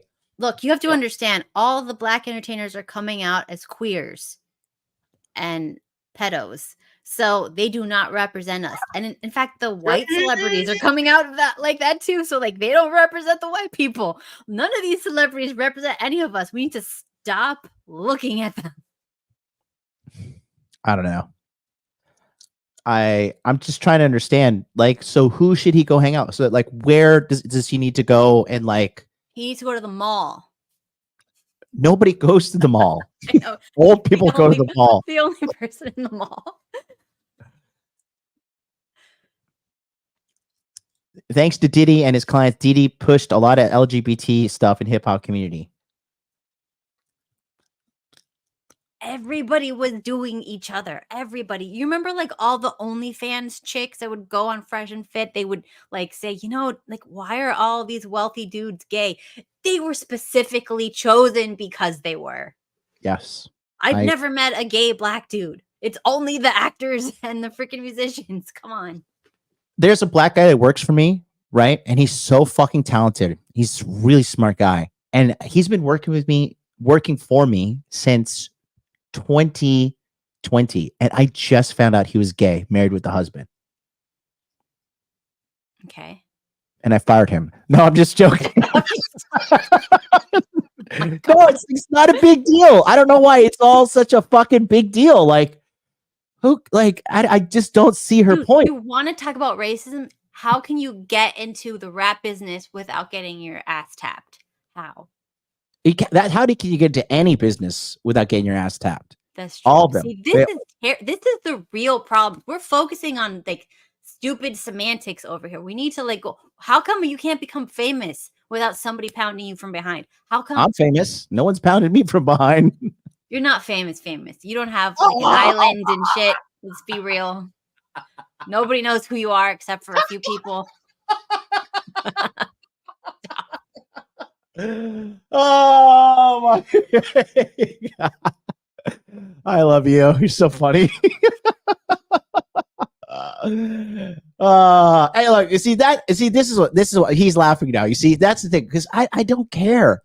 You know, some of the most life-changing people I've ever met in my life fucking were black people that changed my life. The reason I learned about gaming and everything is because of a black guy named Player Supreme. He had a shitty YouTube channel like me. He changed my life, you know? So, let's see. DI hire. Oh my God. Listen, I hired that guy because he's fucking good. He is good. And like, it's, you know, it's funny. It's like, I've looking back on it. I've been on calls with the guy. I'm like, I hate this guy. He's such a fucking faggot. And like now all this shit's, I'm like, oh my God, this guy, like, you know, but he's super cool. He's super cool. I love him. I love that guy. He's so good. I loved Player Supreme, and I, you know, he kind of like towards the end, he like turned on me because some of his people from his community started signing up with me, and we had different approaches. You know, he said don't do cold approach. I think cold approach is like successful as fuck. So you know, it is what it is. But anyways, I guess I said all this to say this. I love black people. Okay, don't cancel me. Yeah, Ben Carson was in his cabinet. Tim Scott was being considered for VP. Listen to me. And I'm well, sorry, let me he stop had you. one other thing. Real quick, Nick. Yeah, sorry, Isaac. You were raising your hand for a while. I want to get to you, Isaac. What do you have to say to that? And tell me why you think Trump is a racist. Yeah. So I think Nick is really good at verbalizing his points to make it seem like. Thank you, Anthony Viruses. You won't get canceled. No one respects you or knows who you are. And you're not a millionaire. Oh, no, you are right. I am not a millionaire. I am a multi-millionaire, you fucking peasant. I am a multi-millionaire. So. Like he really knows what he's talking about. But racism, the word is not subjective. It's the inherent superiority complex to another race. There's just this clear cut and dry. And I do believe Trump is a racist because he had a civil case, you know, back in the day because he refused to rent to black people in his properties. You know, he called for the execution of the Central Park Five. He had the birther conspiracy. These are things that have been around for years, well-documented cases of racism. Well, What was the Central Park 5 was what? 5 guys who raped a woman or something like that? I don't know. Racist. Was I even alive when that happened? Yeah, seeing how old you are, yes, you definitely were alive. Central Park 5. What is this? It's something like a woman was raped or something in New York. The renting thing, he had, well, first of all, in a civil case, anybody can sue anybody in America. And the renting case was he didn't want to rent to a black person. And like to a degree, I understand, because the number one group of people who are delinquent on their rents in America are black people. So if I have black people who own fucking houses in America, and they're like, I am not renting to black people. So are they racist too? But they would never say that. I have black friends who are like, I don't even want to say that I support Trump in public because the other black people fucking come for me. You know? Oh, he does look like the Nutty Professor. Oh my God, he does look like the Nutty Professor. Oh, who said that? Who wrote that? Who? Billy Patterson. Oh my God, he looks like the Wish version of the Nutty Professor. Oh, if they did like a woke revamp of the Nutty Professor, that is hilarious, bro. That is fucking funny. Here, I'll show you guys. For you guys that are too young to know what the Nutty Professor is. The Nutty Professor was a hilarious Eddie Murphy movie. This guy right here is the Nutty Professor. Oh God, that is hilarious. Okay, let's go back. So I think the reason you're saying he's not racist is because you have a clear misunderstanding of what racism is, but your opinion is not shared by most of the world, especially people who face racism. Like, okay, a lot of conservatives like to talk about like white racism. So wouldn't you agree that white people are discriminated against because they're white? Or is that not happening? Yeah, absolutely. Yeah. Okay, you believe in racism then, but only for your own people. So I think that, well, again, what is that can equally be said back to the black community, because like they asked a bunch of black people like, can you be racist against white people? And they said no. And it's like, oh, okay, like it's fucking dumb. Like, is the definition if the definition of racism, as Burnout said, is the systematic oppression of a person based on race, then you would disagree. You would disagree that white people are discriminated against, right? If white people are oppressors? There's individual racism. That's like a thought. You see somebody outside and like, so what is the definition then? You're making the case that it's very clear cut and there's no ambiguity, but clearly there's disagreement on this panel between you and Burnout even. Prejudice would be what the word you're looking for, not racism. Prejudice. Yeah, prejudice, discrimination. But when it comes to like racism is race-based discrimination and prejudice. There's individual racism. That's where somebody sees another person of another race and they, subconsciously do not like them. And there's institutional or systemic racism where there are foundations in place to keep people of color down. I think you're looking at it from a very narrow-minded lens, but I could show individual racism towards you, a white person.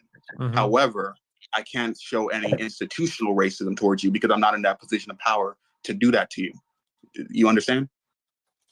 Yeah, are we debating whether Trump is a racist, or are we debating whether the definition of racism is universal? Because I think there's in order to debate that, we need to I feel like you're shifting the goalpost though. That's the like I said, I think you're more arguing whether there's an objective definition. Let's just agree on what we're talking about. So your argument is Trump is discriminating on people on the basis of race, as in the case of Dr. Melons. We've got some YouTube advice for you in the chat here. Foundational Caribbean Freddy says, Dr. Melons, if I were you, I'd distance myself from this modern clown. You will sink your career. My very lucrative career. My 9 subscribers are gonna get so pissed. I do not give a fuck if anybody hates me. Okay, I am what I am. You could like it or love it. Okay. If you don't like it, fuck off. Fuck right off. I do not give a shit at all. I'm not going to sit here and pander to anybody. I have my own fucking beliefs. I have my own opinions. And guess what? I'm not going to make everybody happy. And I am okay with that. You guys at home getting triggered, you're the problem. Because the problem is you and your perspective, your entitled perspective on life. I would even argue I have suffered and endured far more racism living in Japan and living in Asia just by not being Japanese than all you crybabies at home whining about shit like this that in the grand scheme of things doesn't matter because you're never going to cure racism in the world. Every race thinks they're the best. And if you had a passport and traveled to places other than, I went to a cruise in Mexico, I'm a traveled person. No, you're a moron, okay?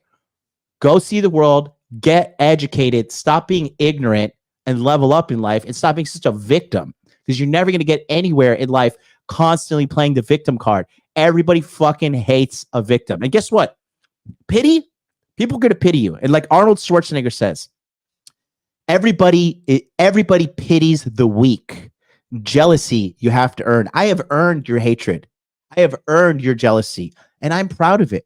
I'm set for life. I could turn off this fucking YouTube channel right now, delete everything, and sail off into the sunset and live in luxury for the rest of my life. I am set like fucking Tibet, baby. Okay? The problem is you at home getting angry and get triggered about something you can't fucking control. You level up. You do the work. You put in the fucking work to make your life better instead of sitting there and crying, because that's what you are. You're a big fucking crybaby. Period. There's injustice in the world. There will always be injustice in the entire existence of humanity. It will never be a just utopia unless you plug yourself into a fucking virtual world. And even that, you're not going to be happy. You're just looking for a boogeyman. You're looking for something to put blame upon, okay? Rather than taking accountability for your life and the shambles that is in, quite frankly. So I don't want to hear it. I grew up without a dad. I grew up in an abusive household. I grew up in poverty. I have dealt with racism at a far longer and far greater depth than the average person. So I don't want to fucking hear it, period. Central Park 5 and the birther conspiracy. Is that right? That would be correct. Yes. Okay. So, well, I mean, my pushback would be, having met the man and again, just seeing him with black people, would somebody that has racial hatred. Jennifer, I hate you. I hate you, Jennifer. So now you can hate me back. Give me your energy.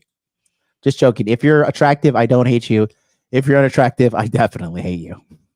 Or discriminates or prejudice against you, Dr. Melons, you shake your head, but you disavowed 999 men from marrying you because you didn't like them in some way, shape, or form. Isn't that what everybody does? So what are you shaking your head at me like you're some, morally superior individual with fish tanks in the background? Okay. No, I'm gonna make you uncomfortable. We're gonna stay like this for the rest of the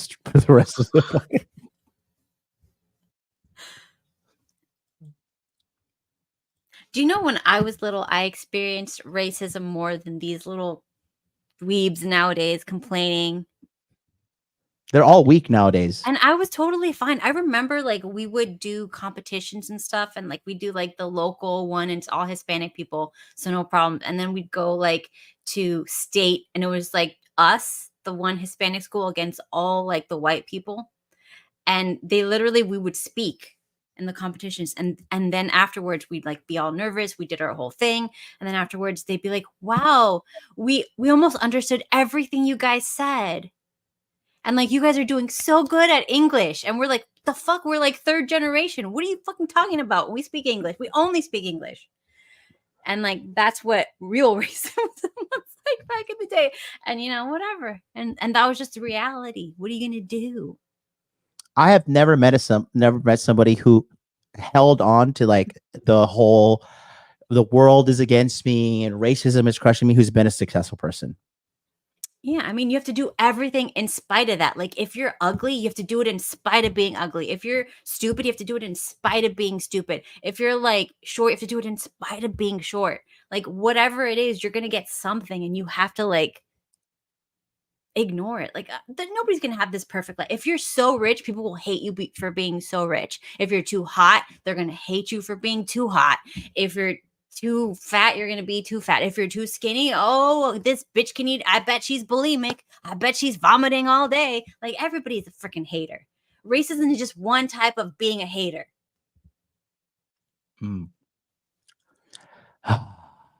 Let's continue. Black people, appoint Black people in his cabinet, pass the First Step Act, commute the sentences of many Black felons who had a peaceful drug charge. And hang on one more thing, and secured the release of LeVar Ball, Kodak Black. I think there was one other rapper in Norway or Sweden who was released from prison. I mean, so I think when you put all that together, I don't think someone who is like a white supremacist would be interested in any of that. Sorry, can I go, please? None of that was helpful to the Black community in any way. None of those people are helpful to the Black community in any type of way or fashion. Isn't that racist right there? By definition, saying those Black people are of no benefit to the Black community.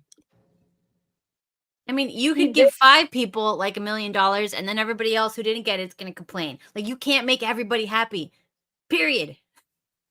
Yep. That as a strategy. Of course, he's going to move strategically. I mean, what about those Black families that when he let them out, they don't matter?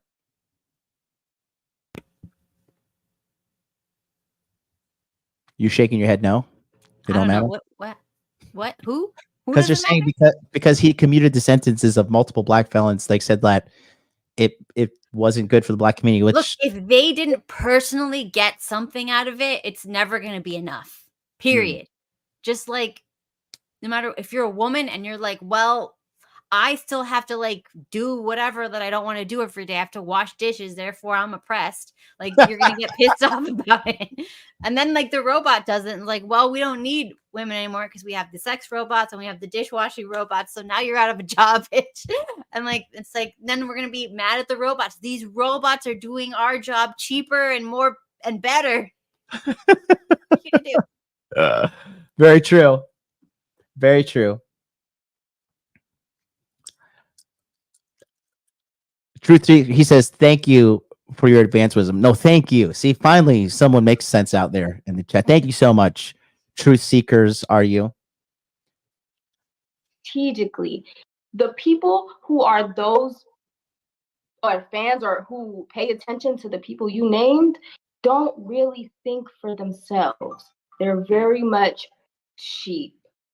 And he's going to do anything for the Black vote. We've seen that time and time again. We've seen that time from not even talking about Trump, from anybody. Christine, you raised your hand. You had something? Yes. I just wanted to say, I think there are levels to racism, okay? I know many of people. Well, I'm white, but I have Black friends, so I'm not racist. Okay. But so him, like, you know, calling the China virus and like things like that. So what is that? Is that like calling people slurs? Is it just like comedy? It's just funny. It's not racist. Wasn't it just descriptive? I mean, the virus did come from China. You're not wrong.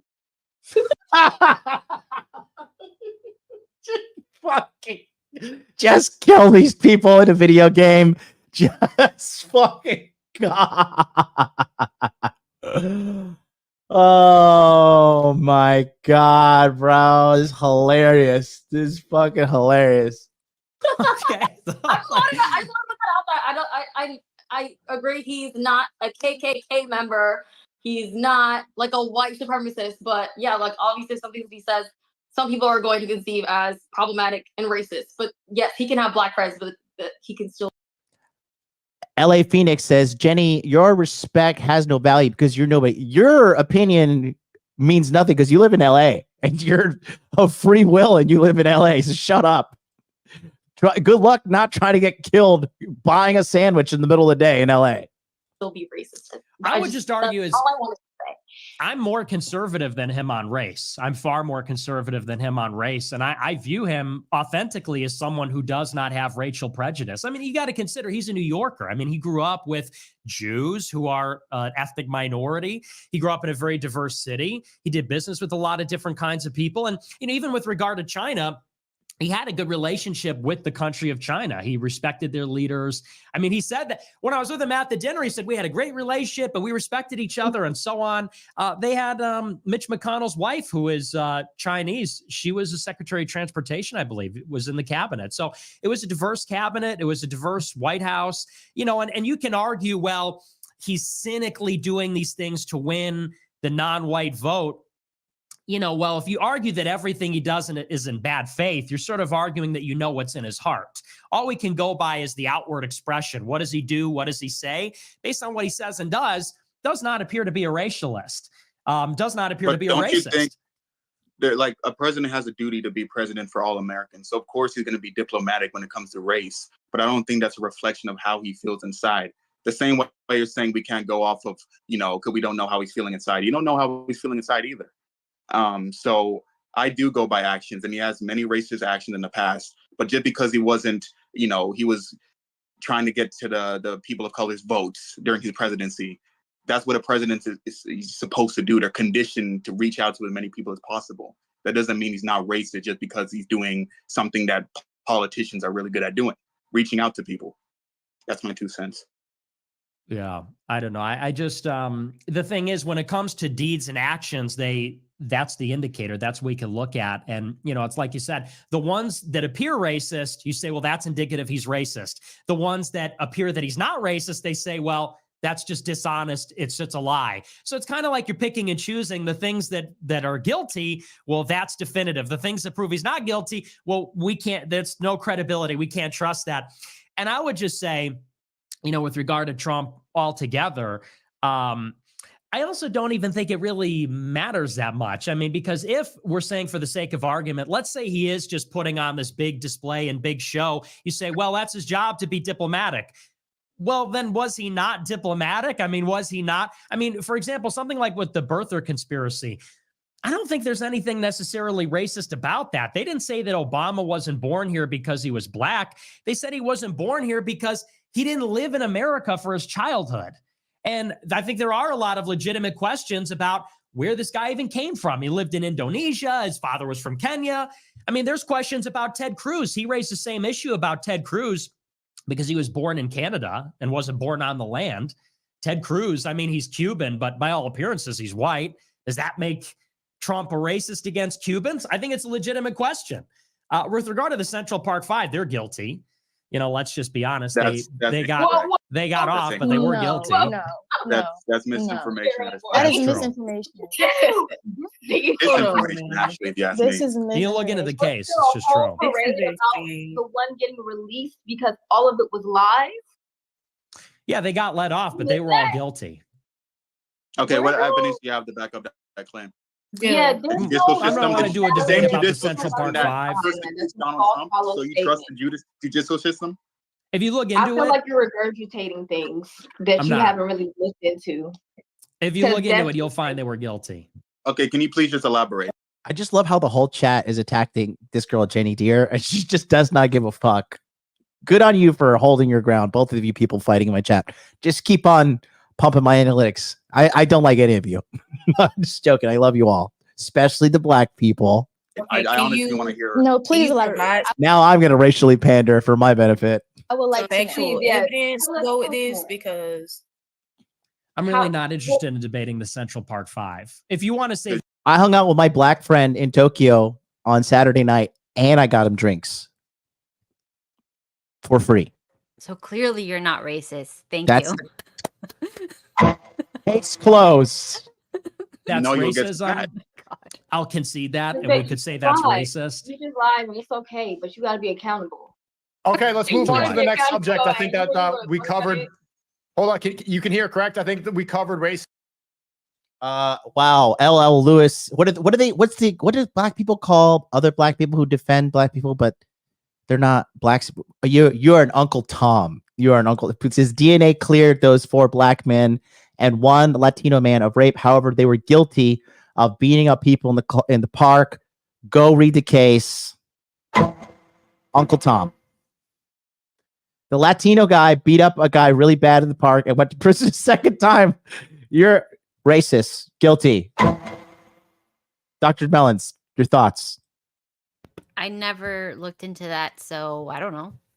You're care. racist. I wasn't even like paying attention to the news back then. Let's move back on to feminism, okay? I think we covered if Trump is racist or not. Let's start with Nick. I'll give you 1 minute. If you can answer, should women vote? I think this is stupid. Women should be able to vote. Like, you're not going to take the vote away from women. It's not a women thing. It's an IQ thing. I'm convinced. Sexist. Guilty on all counts. Go ahead. Talk about it. Yeah. IQist. IQist. Let's make it up. We need to do that. We don't need racism. We don't need sexism. We need to put people who have lower IQs, they need to wear a pin so we know how to deal with them. Their vote should not count as much as the rest of us. Your chat your chat has your chat have is incorrect as you make statements about IQ. Your chat has the combined IQ of 10. You are stupid, Tiffany. Guilty. No, absolutely not. Women should not vote. We should repeal the 19th Amendment. We should take it away. They vote for the wrong candidate every single time. Every single time the women vote Democrat, they vote for the wrong person. They vote for more spending. But above all else, I think that we have to look at voting as a position of governance. Okay, so I definitely don't think we should repeal the 19th Amendment. I just think that's asinine. That thing's just a stupid thing that's never going to happen. So it's kind of like the N-word policing. Like, he can't say nigga because I didn't give him, but my other black friend says nigga, so I could say nigga, right? Yeah, it totally depends on your friend group and who's cool with you, what you can say, and you can't police words. It's crazy.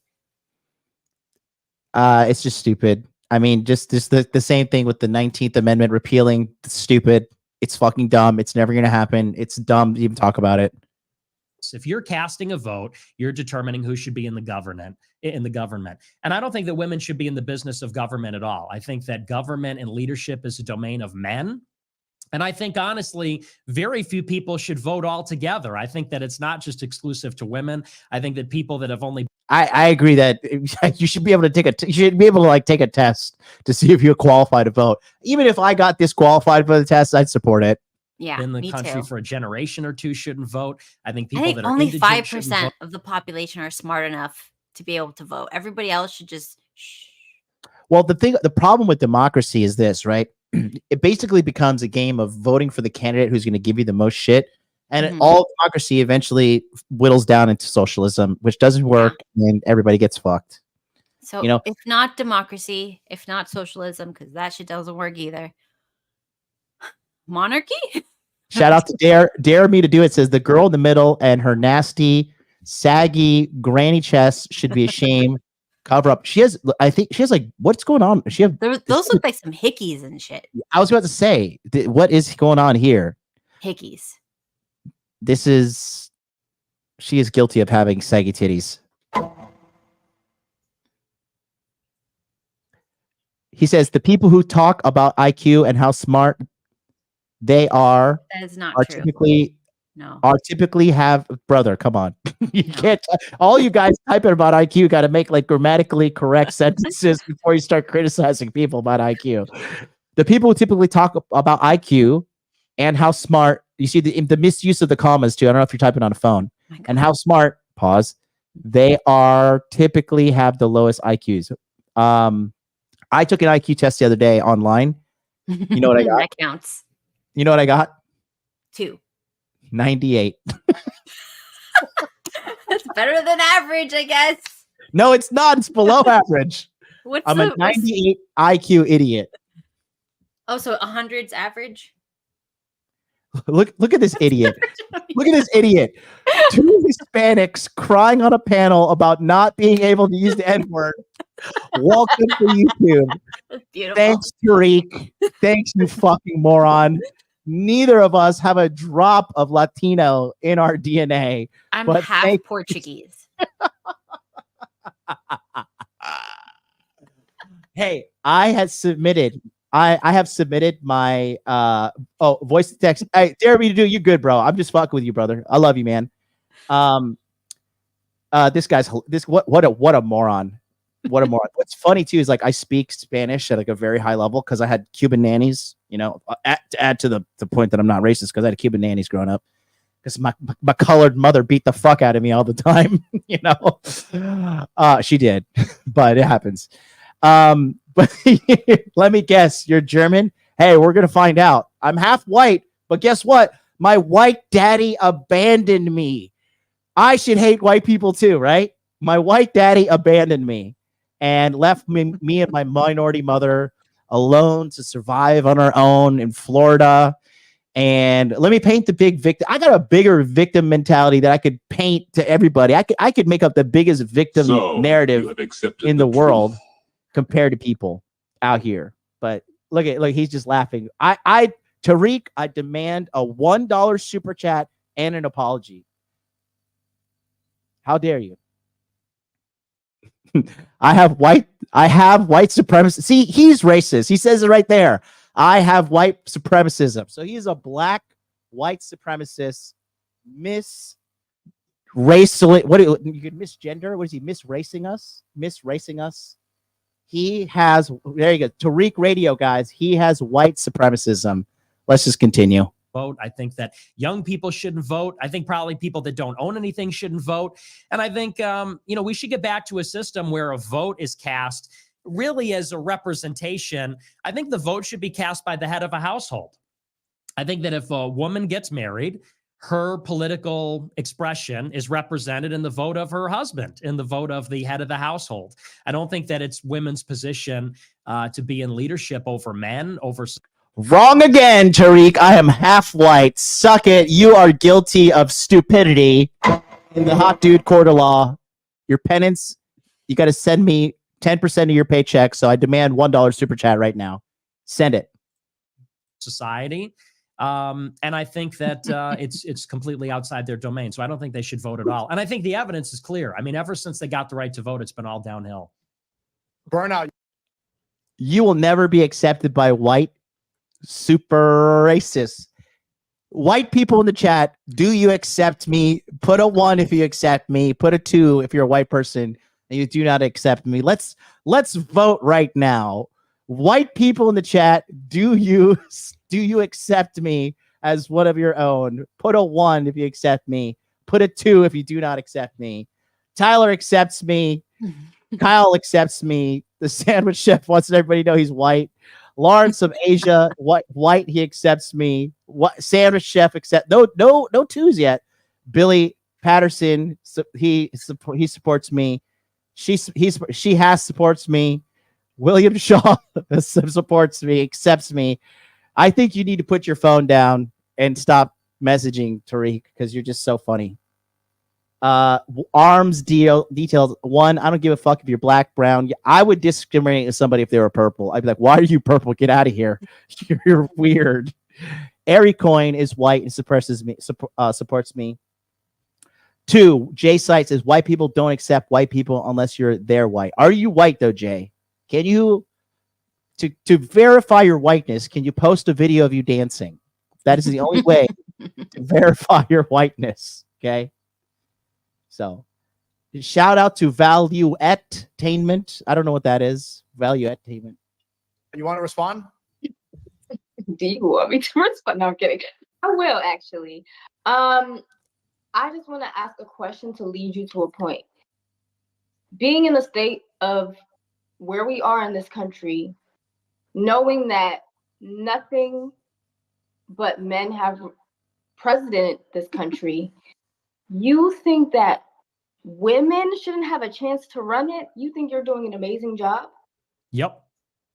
100%. Are you here for the progressiveness of the country, or are you here to stick to the cookie cutter you know, average white male leading the world type of vibe. Totally average white male leading the world. I think we should have exceptional white males leading the world. I think the world was a great place when we had more of that. The more we get away from that, the worse things seem to get. I think white men should be back in charge, but that's another debate. I think women should definitely not be in charge. I feel like, I'm not trying to generalize, but I feel like that demographic causes more harm to the country than they ever did good. And that's on a daily basis. That's like from like something as minuscule as a school shooting. Yeah, but we invented everything. Also, charge. Yeah. Like, come on. You said women vote for the wrong candidate. Yep. So why are you the arbiter of what's considered a wrong candidate? Also, you do know that the same wrong candidates that you're talking about, men vote for them as well. Yeah, I know. And all these things, I know you said like some men shouldn't vote too, but if you believe in a democratic system where every person's vote should count, I assume so. I don't. Why not? Because I mean, let's take, for example. Draws Andrew, since the chat is so racist, we need to know your race before we can value your opinion. Are you a minority? Because what you just said, right, because female-run democratic cities are doing so great. How dare you present a logical argument in this emotionally fueled race is the only thing that matters chat?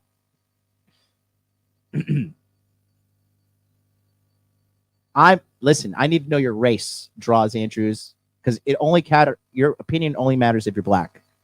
Brian Grelling's late, but he's white. He accepts me. That's a very white name, Brian Grelling. He's probably an accountant. Jenny Tears says, I'm Chinese. Sorry for the part.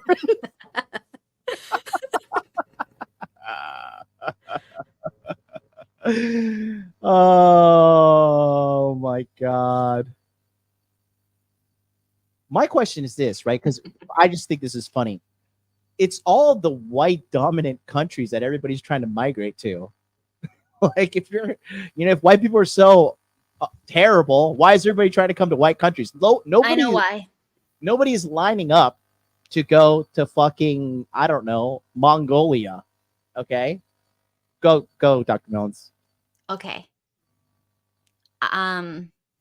When the World Economic Forum was they're trying to push the whole, like, the eat bugs, the 15-minute city, the C40 cities, whatever you want to call it. They're trying to push that.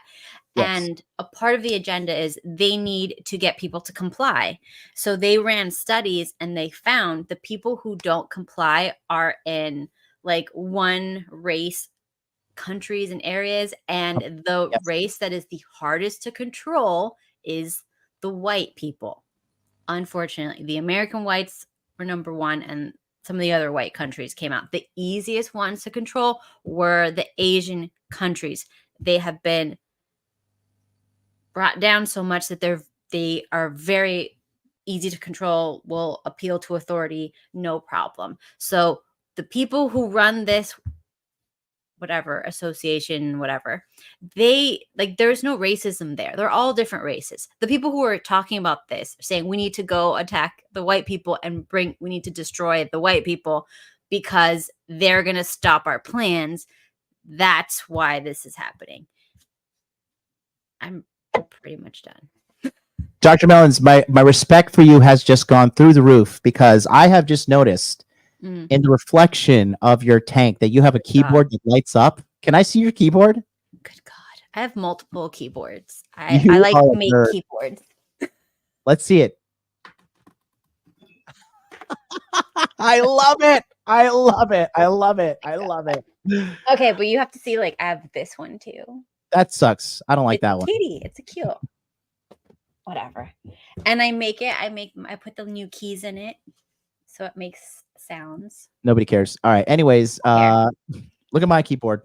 Look, it's rainbow because I support the gays. Look at that. Representation matters. Hey, wait, should we have all black keyboards or are we racist because our keyboard? Mine is partially black. It's black with rainbow on it. So it's like that gay black guy who everybody loves. What's his name? The guy who did the video with Satan. The black guy, the fucking gay black guy. What's his name? You know what I'm talking about? He's like really gay. That he got banged by Satan in a music video. He's Something like like that. musician. I don't know his actual This is name. the gay black guy keyboard. George Floyd. What is wrong with you people? Oh my God. Oh yeah, this guy, Lil Nas X. Lil Yeah, Nas yeah, X. Lil Nas X. George Floyd. Oh my God. Canceled. In this society right now, person turns 18 years old. They don't own anything. They've never had a real job. They just graduate high school. This is a person that's voting for the president of the United States. What do they know about anything? What do they know about trade, the economy, foreign affairs? What do they know about one thing in the whole world? A person that owns a building knows more about the world than literally any 18-year-old alive today. Somebody that knows where water and electricity come from, somebody that pays bills, somebody that owns a company. These are people that know how the country actually works. The problem is people look at a vote as a privilege, and they've divorced it from why we have the privilege. And we have the privilege because the privilege is conferred upon us by citizenship. Citizenship, self-government means you take responsibility for the country. It's not just about you're a total bum or you're lazy or you know nothing, and then you get to cast a vote. If you're not really upholding the responsibilities of a free man and a citizen, if you're not enterprising, if you're not a good Republican, by Republican, I don't mean a member of the GOP, I mean a member of the Republic, which is, you know, what this country is, I don't think you should be able to vote. And I think there's a lot of people that, you know, whether they contribute nothing or they know nothing, some of them aren't even literate, some of them know nothing about what's going on. The idea their vote cancels out a business owner, their vote cancels out a lawyer, it's totally insane. I have one point before I move it on to my other people. I think like there is something to be said about having a meritocracy. Do you know what a meritocracy is? Yeah, of course. I mean, for jobs, yes. Spell meritocracy. I can't spell. Is that because you're a woman? Yes. Okay. Go ahead, continue.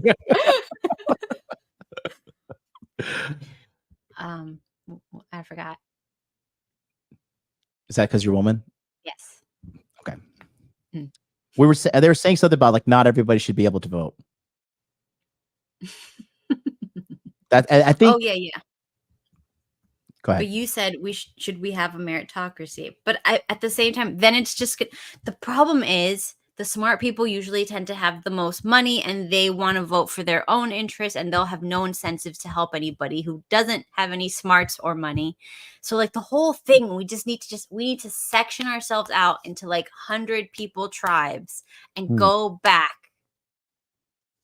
Civilization, we tried it. It didn't work. Mm-hmm. You know, just let's separate everybody out. Just be like the cool people can have a tribe. The woke people can have their own tribe. The poly people can have their own tribe. You know, like whatever. Just do whatever you want. Just like separate us out. And then if you change your mind, you can go to the other tribe that's into whatever weird shit you want to do. No overarching democracy. We might have a third person joining us. Okay, who? It's gonna be a secret. Is it Torsha? It's a black person to add some more base to more DEI, what it's called? No, what it's add some more diversity, equity, inclusion. No, not that. What am I saying? I'm trying to like equality. I don't know. I'm just dumb fucking 98 IQ person. What I know. He said we got everybody. See, like this guy, dollar cost cryptos. And that's I'm a closeted homosexual. He's here. We have a gay obese Mexican in the chat. Nice. So that's good. Yeah, you know, we could do all this. We could just separate. We just use crypto for money from now on. Hey, now you're talking. Mm-hmm. I don't know who's gonna like connect the computers because we can't associate with each other's tribes, so that could be a problem. I can't even spell the word computer, so let's go. But I understand what you're saying. There are a lot of misinformed people when they go to cast their ballot, but I don't think that we should put in a system in place where they don't get to make their voices heard, because the president rules the country. That means every single thing they do will affect every single person in this country. So they should have a right to dictate how their lives are going to be governed, whether they're informed or not. Taking away, so like disenfranchising people because we think they're misinformed. It sets a dangerous precedent. Lawrence, you're a smart guy. Actually, the official IQ test I took a couple years ago was 127. So, but no, I'm stupid and broke and poor and everything that these people want me to be. That's what I am. I have no money. Then I don't pay. Okay, Christine and then Cheyenne. Sorry, Christine, then Cheyenne. Why should women vote? I just ask questions. So we're saying No. Stop with the question. Like, answer this question first. Why should women vote? Okay, so if women should they also not work, or is it two separate things? Because Let's stay on subject. Why should women vote? I think everyone has the right to vote. I'm sorry. That's all I have to say. Go ahead. Wow. Okay, Cheyenne. Why should women vote? Cheyenne. Okay, I can go now, please. No interruptions. Okay. I think women should vote is because, first of all, we're a human being before we're anything. And I just think that's a little bit disrespectful to say, well, she can't vote. Women should vote not because they're a human being and they have rights just like anybody else do, but why wouldn't you give rights to the person who birthed you? Doesn't make any sense to me. The reason why we're all here today is because of a woman. And you telling her she can't vote? Okay, that's fucking stupid. That's stupid. The reason we're here, I really hate this argument. Like the only reason we're here is because a woman gave birth. No, a guy, if you understood how biology worked, which you don't, you need a man and a woman to reproduce. Is everybody this fucking dumb? Yes. This is we don't even know what a man is or what a woman is. Men can have babies. We are. 10 times. That is funny. Like who made the approach for the did your husband approach you or you approached your husband? I approached him. Really? And how did that, like you approached him and said, let's go on a date? You said, let's go on a date. Let's meet. Hi.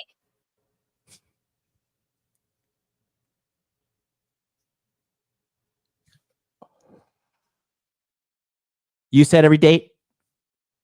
No, I just said hi. And then of course he's like, okay, she's hot. And then he asked me on a date. That's what I'm trying to say. Men are the ones who typically approach. Men are the ones who typically have to get their life together before a woman even would consider them for not even sex, but a relationship, marriage, family, all that stuff. Mm-hmm. You know? She didn't say this in real life. She said it on Friendster. Yes. So you could put like age, sex, location, how much income. You could do all that stuff back in the day. It was like lit. There you go. What's wrong with you? It's not even really an argument. I mean, well, let's start with one. Let's start with one really good argument. The whole basis of a country, really the basis of the country is that it's able to defend its borders. That's kind of what a country is. A country is a group of people that say this land is our land, and we get to determine what happens within these borders. Now, unfortunately, there is no entity higher than the level of government that enforces these rules. When Russia invades Ukraine, there's nobody that says you're not allowed to do that. If Ukraine can't defend its borders, they lose their land. Those territories are no longer a part of it. So what makes a country is the willingness and the ability to defend the borders and the territorial integrity. If America is attacked from outside or inside, who goes to fight? Women. Goes to fight the war to secure the realm and defend our way of life and our right to govern ourselves. The robots. It's the men. It's the men that go on the front lines. It's the men that take up arms. It's the men that are expected to do these things. And by the way, the same is true in a community. If somebody breaks into your home at 2 a.m. with a gun and a baseball bat or whatever, and they say, hey, bitch, we're going to kill you. We're going to take all your stuff. Who do you call? Cops. What do you want the cops to be? You want some 5'4" little girl that jumped through the window and save you? Or do you want a big, tall guy to come in and fix and save the day? Same thing goes for firefighters. Same thing goes for public works. So for that reason alone. If that's the logic you're using, wouldn't you say men should just like be strong and let women make mental decisions? if that's your strength, if you're equating men to physical brute strength, shouldn't women be considered the Hold on. brain She has a point. Hold on, let her talk. Why would we consider them that? There are no female geniuses. But you're just talking about men being irrational, being violent. Okay, stop for a second. There are female geniuses because men have to work to get what they want. Women have to manipulate the man to get what they want. So we find the genius, and then we get the genius, and then we just sit down. Who's smarter? The one who earned everything the hard way, or the one who just walked in the last minute and said, "Thanks, this is half mine now"? You have a point. You have a point. You do have a point. Yeah, I mean, but her argument is pretty dumb. Like, I made it better for her because she couldn't do it. Yeah, but the example at hand was, you know, someone breaking into your house. Like, even you, do you want a bunch of 5'4" women showing up to like, hey, we're here to stop this guy? No, if someone comes into my house, I'll be very happy because I'm armed. Who would run to try to kill the person if there was an actual? Me. Really? Me. You think so? Not that I think so. I know so. I'm When very was the last time you had like a physical violent encounter? I've told you many times I've had this happen. No, like where it got violent and physical. Yes. I have defended my husband many times. And he thinks it's adorable. He just lets me. Because right, there's the key word there. He lets me. He does not intervene. Well, because he's like, I think you could take this guy. Yeah. Yeah, because he sits there from a position of male superiority in that area. And he's like, okay, I've analyzed this. I know how strong my wife is. We can handle this. He has gotten snacks when I've gotten into fights with people and pulled a chair up and put it around there and started having snacks. But I said physical violence. Like physical violence. Punches are being thrown. Nobody has threats of it. And then I'm like, what? See, you didn't answer my question then. You didn't answer my question. Okay, I'm just kidding. Probably I would assume he'd do something if it was serious, but he's never felt that it was like somebody that I couldn't take or that would be stupid enough to do something serious. Okay, you made my point. Thank you. But I would try. And it's adorable. It's to the point that the threat was so non-existent that he was eating snacks during this fucking threat. Which is the cutest thing in the world. You have to admit that. It's funny. To protect women from other fellow men. Katherine Johnson, who worked at NASA, that's not a female genius. That's fake. I'm talking about real geniuses. Real geniuses like Isaac Newton, like Galileo. I'm talking about real geniuses, not like hidden figures.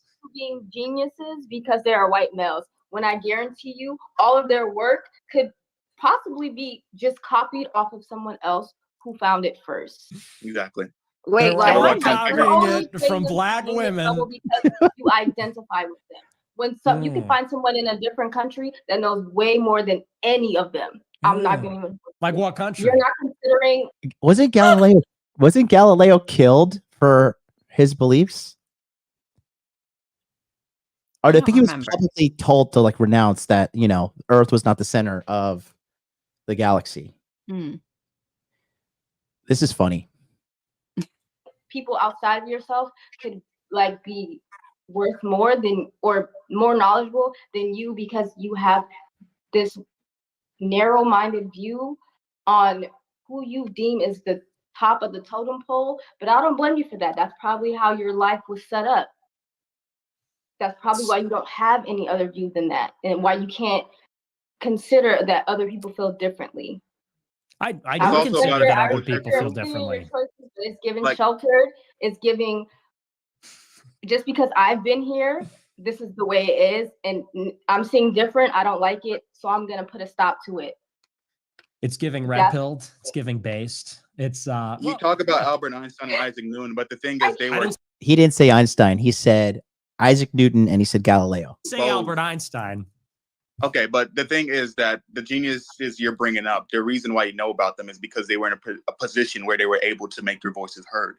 A lot of people of color aren't able to do that. So a lot of these geniuses that you're talking about, there probably was a person of color behind the entire operation. But you wouldn't know that because a lot of people of color aren't in positions to take credit for a lot of things. Who is the person of color behind Isaac Newton? Can acknowledge we can see how that somebody has dynamic their name plays tied out to to something this does day. not mean that they're the sole creators of that. Would you not agree? So they're just saying in theory that maybe Isaac Newton. So Galileo stole the ideas from a colored person to be in prison for the rest of his life because he wanted clout. Is that the rationale for we're going down here?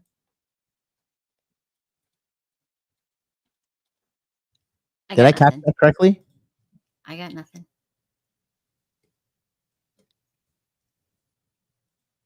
Hold on, let's do a live fact check because this is fucking retarded. I just don't trust fat people because their decision making process. Let's see. Okay, he was Italian. How many black people were in Italy in 1564? First of all, God. Okay.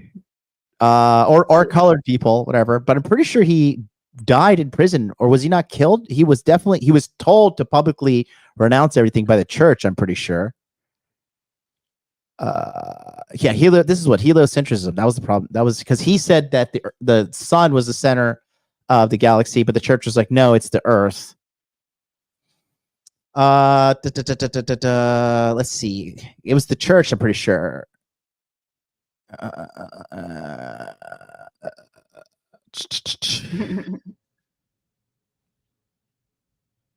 It was while Galileo was under house arrest that he dedicated time to find his works. Death. Galileo continued to receive visitors until his death, aged following fever and heart palpitations. That sucks.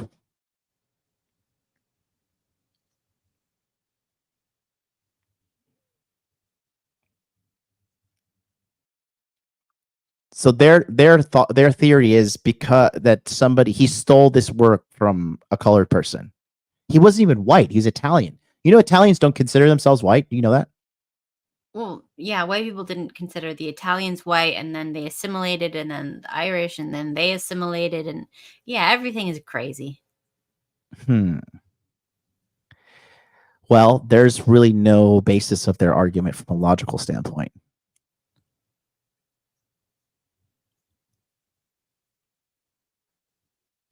Italians are not white. There you go. Fact checked. So okay. A white man did not get credit because Galileo can't be a white man because he's Italian. There you go. Case dismissed. No, I totally. The idea that, you know, there's sort of like this, like black people of the gaps argument where it's like, if we can find no female geniuses throughout recorded history, if we can find no people of color geniuses throughout recorded history, there's this assumption, well, the white people, they just stole it from some black person somewhere. And we could just safely assume that. No, I actually disagree with that. I think that we know about Isaac Newton because he revolutionized math and science. We know about Galileo because he revolutionized our understanding of space and the cosmos and the world. We know about them because they did these extraordinary things. And when you look at female inventors, if you Google for this debate, if you Google female inventors and you look at any website, top 10 female inventors, in the top 10 is like ice cream maker, miracle mop, coffee filter. You look at the things that men invented, it's like, hey, women invented chocolate chip cookies, and I'm a huge fan. Well, there's that one woman. Do you know how she invented chocolate chip cookies? Oh God, no, I don't care. Because the original thing she wanted to make fucked up. She was a mistake. She wanted to make a cookie with like a center of chocolate as you bit into it, but it came out as a chocolate chip cookie.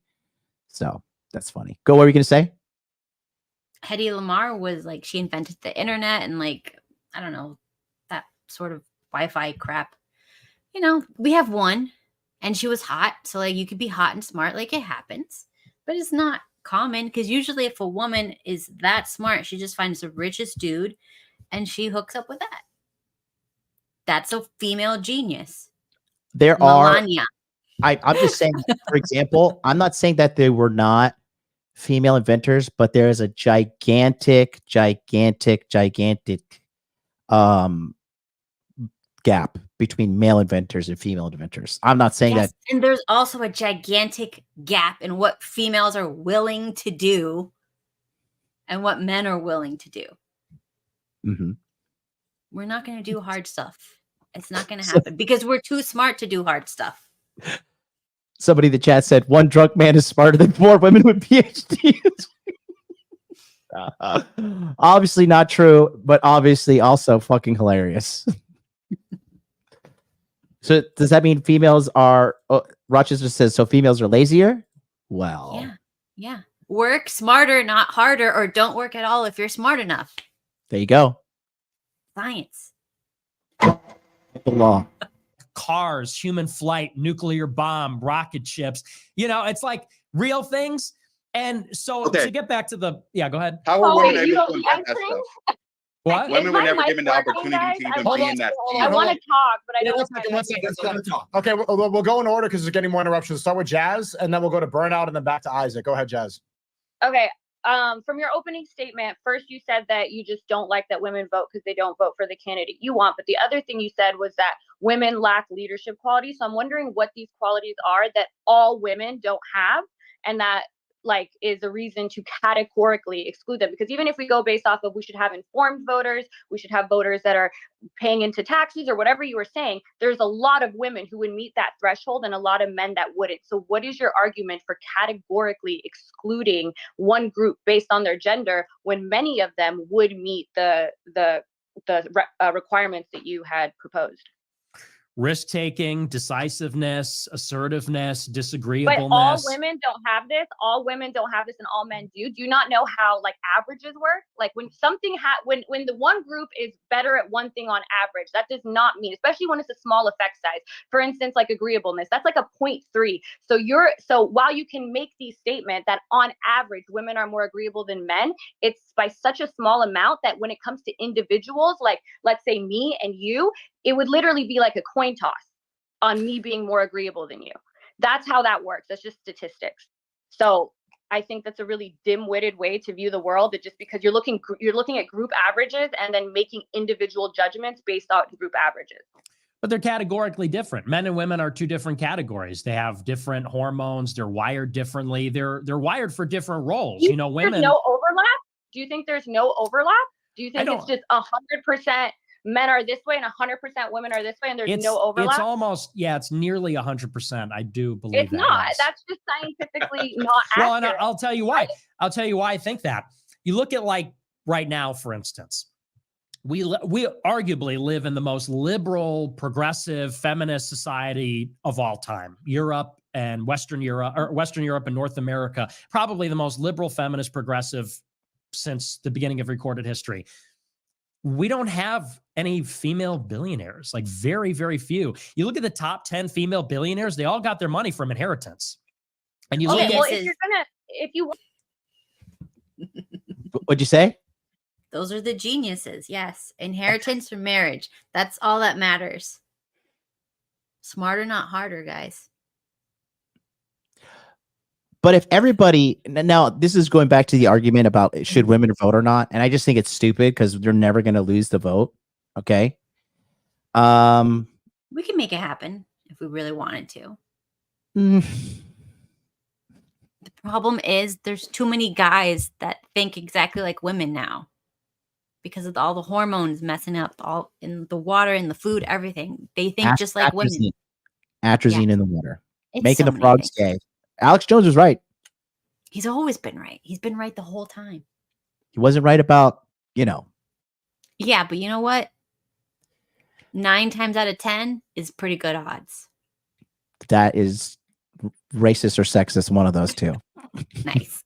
I just got to play the woke side as the resident person with some whiteness in them. I got to hate myself and hate everything about myself. So I got to defend the dumb statements. Yeah. I'm a minority, so I can say whatever I want. Damn, you're right. Say nigga. I can't say that. I don't want that bullshit on me.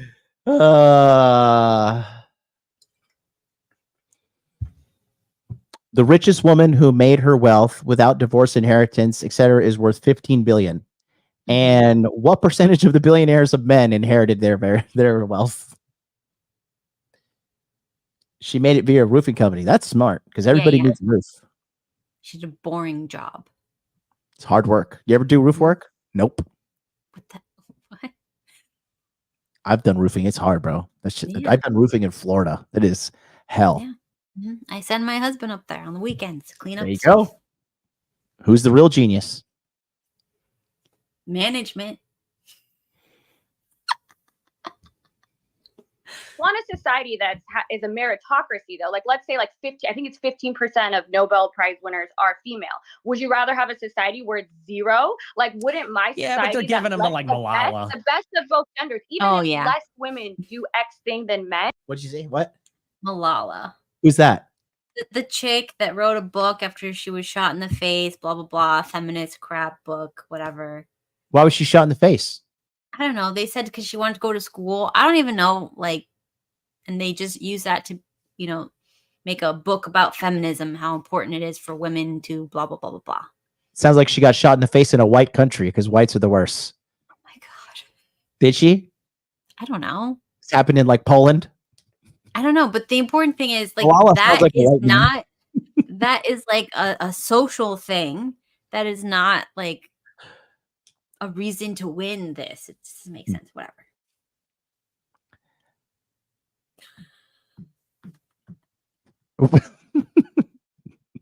She stood up against the Taliban. Well, that's a white terrorist organization. And wouldn't we want the best of the best? And for those women that can meet that standard, we don't want them to be included just because they're women. It doesn't seem like how you would operate in a real meritocracy where we're trying to get the best of the best for any field that we're going for.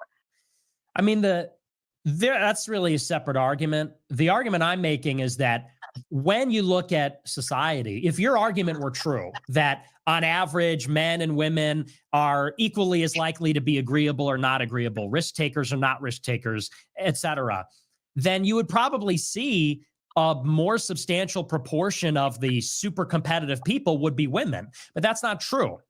The most super competitive profession, lawyers, half of are women.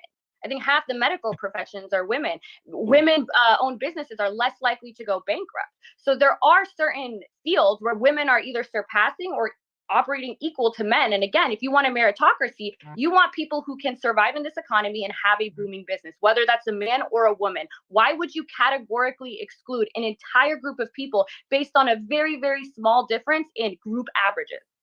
Well, it's not group. Half of women are not doctors in America. It's a minority. Doctors don't make any money anymore. Who cares? Doctors are pretty shit when it comes to health. They know how to like give you medicine, but like if they're trained by big pharma.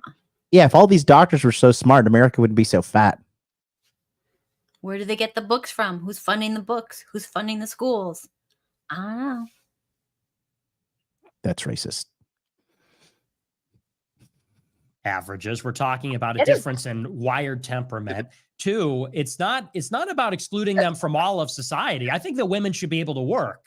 The question is, should they be able to rule? Should they be able to govern? And I think ruling and governing is a very particular kind of science that women are just not suited for categorically. The same way that women are not suited for being, I think everyone would agree, unless you're ridiculous, women are not suited to be soldiers. Women are not suited to be police officers. I think for all the same reasons, women are not suited to govern and rule because those do require very particular combinations of traits that, although I don't think they've never been expressed in women, I think it is completely rare. And when we're talking about a country of 350 million people, we're talking about women voting, more women vote than men. So, arguably, maybe you could get a once in a generation female leader.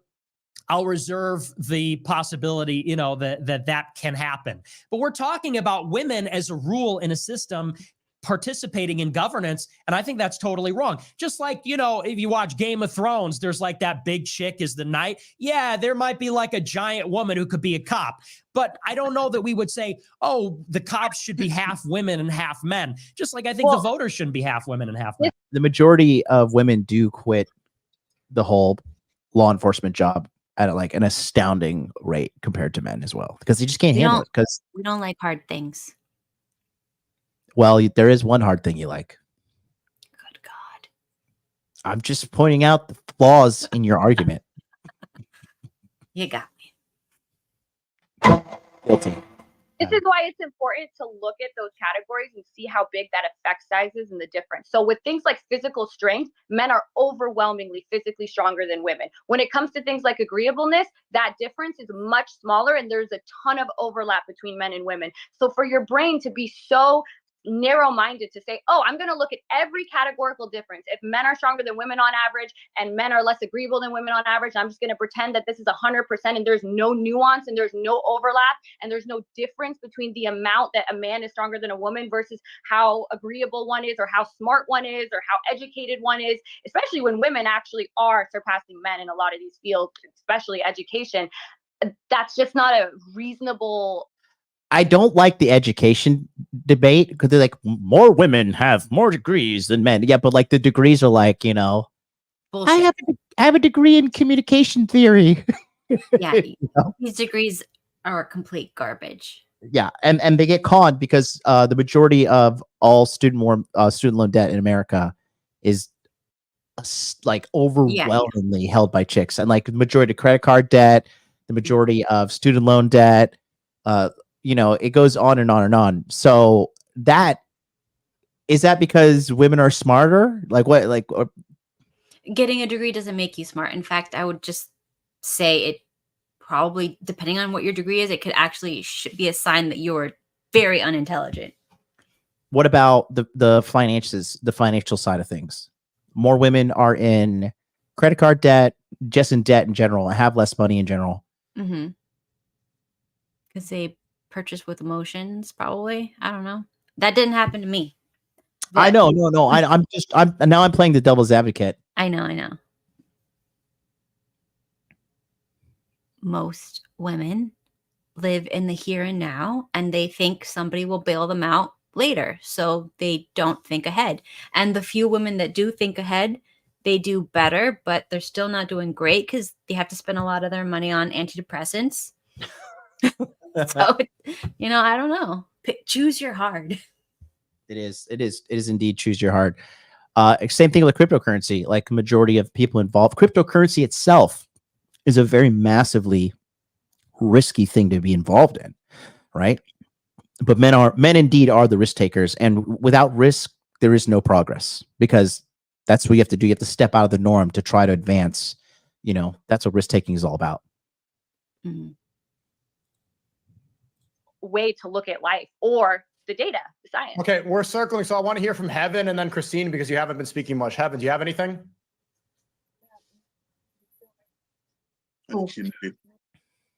Speak louder.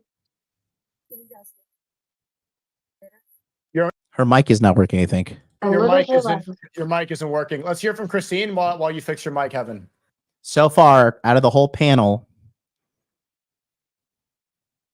we have bad camera angles. We got mics not working. I'm just saying, I would be prepared for the largest debate of my life. Okay. I don't have much to add. I'm sorry. I think you guys it Well, out. okay, I want to ask you specifically because you didn't get Me? to give an argument earlier. Why should women vote? But you said that they were all No, but we're going to stay on subject. So the subject is why women should vote. What's your argument for why women should vote? She already said it. I think everyone has the right to vote. I'm sorry. That's it. I don't have to justify it other than that. Okay, Cheyenne, do you have anything? Can you guys hear me? Yeah. Yes, we can hear you. Okay, I guess I go. Yeah, so I feel like women should be able to vote because I feel like anybody in this country who is a citizen, who is a part of the way that America operates and flows, should have a say-so on how policies affect them. I feel like it's not fair to give the power to one specific gender based off of things that you've pretty much just pulled out of the air because you don't have facts for any of the things that you claim tonight. I just think that isn't fair. I don't think that's logical, and I think even the way you're debating tonight is showing that men should not rule or control anything just because you don't even have the facts to back up stuff you're saying. Okay. I mean, can I respond to that? Yeah, go ahead. Yeah. So, I think you made a good point. You said everyone who is a citizen should vote. And I agree. But, it's really a bigger question about why do we vote? I feel like people take it for granted that, well, everyone's here. Everyone has a right to vote. Well, why? When the country was founded, there was the spirit of citizenship. There's a spirit of self-governing. I'm trying. Our guest is having second thoughts about joining us because it's a little risky. So I'm trying to coax our guest into coming on over on the text right now. That's why I keep looking down. Join us, mystery guests. I assure you, you'll be okay. There's an enterprising spirit, and it doesn't just mean, you're kind of just like a regular Joe. You really worry about yourself. You don't really know anything, and then you get a right to. Guys, by the way, can you smash the like button? We've been going for almost 3 hours, and we only have like 10 likes. We need 10,000. Thank you so much. Determine who runs the country. When the country was founded, there was only one body in the whole federal government that the whole country directly voted on. Does anyone know what that is? Okay, case in point, it was the House of Representatives. The Senate, senators were appointed by the state legislatures. The president was chosen by the Electoral College, which was chosen by the state legislatures. Supreme Court was nominated by the president, confirmed by the Senate. It was only one federal body that they said was for the people. And even then, citizenship was restricted, and not even on the basis of race. It was restricted really on the basis of class. And there was the idea that, we have self-governance, but self-governing isn't just about casting a vote. It's also about being responsible for society. And when I look at the people that are responsible for society, I think about property owners, business owners. I think about people that are civically engaged. They're engaged in their community. They're engaged in, and sometimes women fall in those categories. And, maybe that would be okay. I guess it depends. But maybe the fundamental assertion that should be questioned is that everyone has this right to vote. They take for granted, oh, I'm born, I get a right to vote. I actually don't think that leads to good outcomes. And that's why our elections are now these ridiculous turnout games where it's just pumping TV and radio with low IQ attack ads, literally busing people to the polls. It's like a month they harvest ballots, getting people to just show up and sign their name on it. This is not conducive to good governance. That's not what citizenship looks like. And so I think once you understand that, then you start to ask yourself, well, what would be the categories of people that should vote? And I think when you consider the temperament of men and women, I think that one of the ways you draw the line is you say men should vote. I think another category where you draw the line is people that own things, people that own property or own a business. I'm sorry, I don't think renters and wage earners, I don't think they really have enough stake in the society to be able to cast a vote. I think maybe you throw in a category like whether a person's a parent. I'm not a parent, but maybe that's another category. If you have kids, at least you have a stake in the future.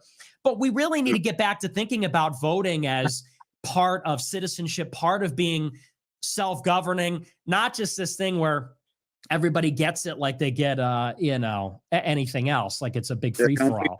One thing. Yeah, I Isaac, really go think ahead, and then we're going to go last comments and then the next subject. Isaac, go ahead. Yeah, no problem. Yeah, I just think that's a really terrible argument because you're bringing up temperament. But 90% of all the wars in the world have been done by men because men hold the power. A lot of the societal issues. All right, this is fucking retarded because we've been warring at each other since the dawn of civilization, men and women alike. That's just like, if we had women in charge, then there would be no war. Shut up. Seen women, how they act to each other. Women who hate each other, dude, it is entertaining. It is. I love it. It's visceral. Women are the most violent and evil and conniving of the sexes. They just do not have the physical force to back it up, which is why you should never train them.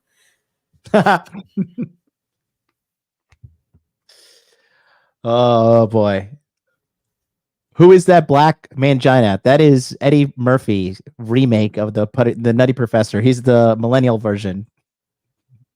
But yeah, I think women did a good job of like psyoping the world, thinking like, oh, we're just like these innocent dum-dums. Like, no. It's like if you're a guy and you believe that women are not 100,000 times more capable of violence, you're a dummy. Yes. could be attributed to men. So when you're saying things about temperament, men have bad temperament too. Men and women are very similar when it comes to the way their brains work. So to take away the rights of one side of the aisle while leaving it. I would love to know like what education this guy has outside of TikTok. Chat, can you guys pull it up? What's his name? Is Isaac something? Chat, let me know. Drop it in the chat. Billy, Team Billy, both of you, white Billy and half white Billy, both of you guys get on it. Let me know. Let me what you find.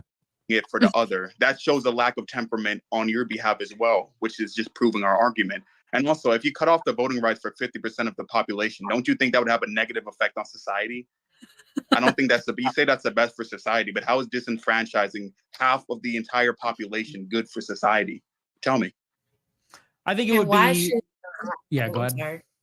I was going to say, and also, why should 50% of society have a say so for the whole, like the majority? That's crazy. Like a man shouldn't.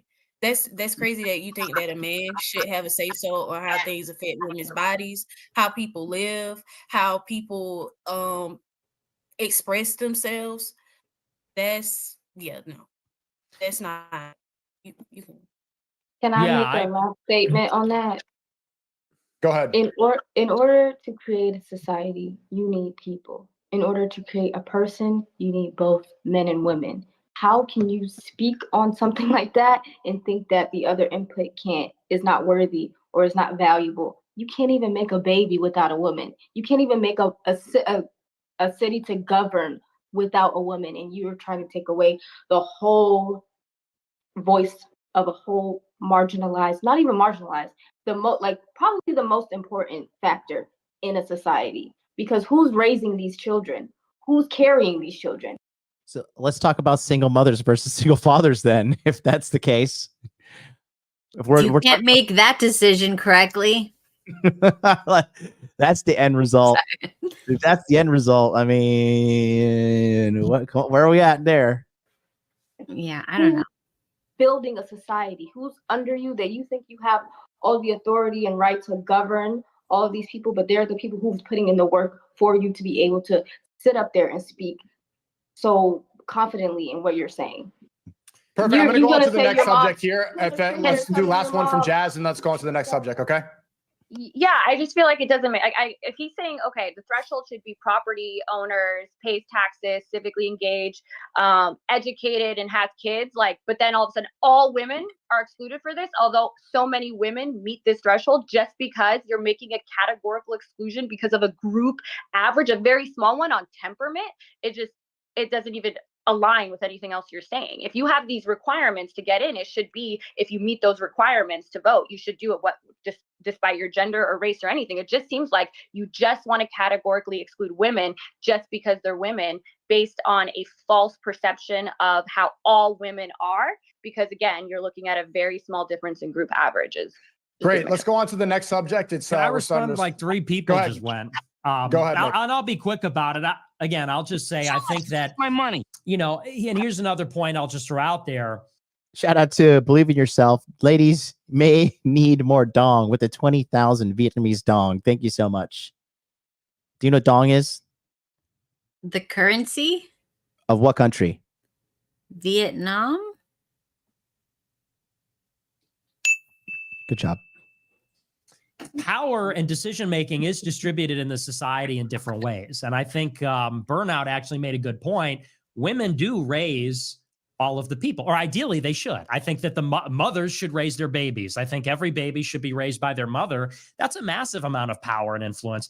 And women are a huge influence on their husbands. How a man goes out and lives his life is totally influenced by a woman.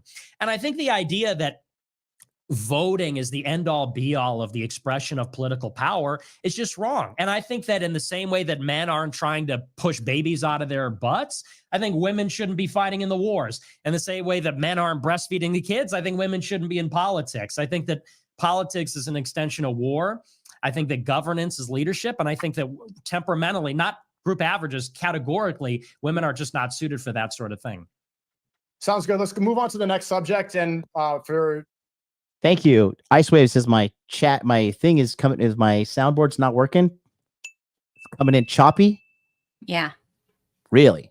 Let me actually. You know what it is? I know. I think it's. I bet you it's StreamYard. Let me just. Now it's okay. No. Still crappy. I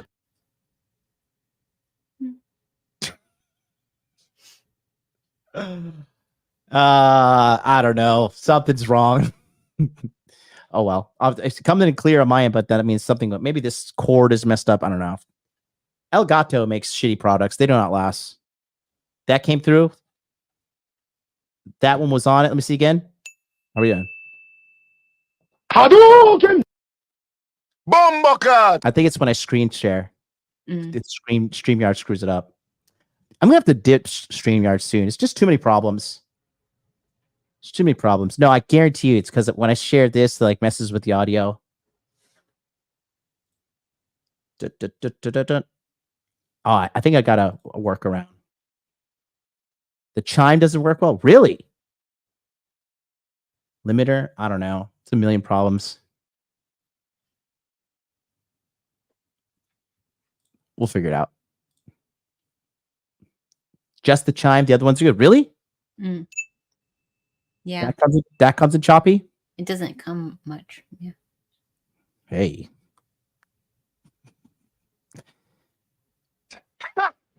Gay! Oh, the chime cuts out midway? I see. No feed.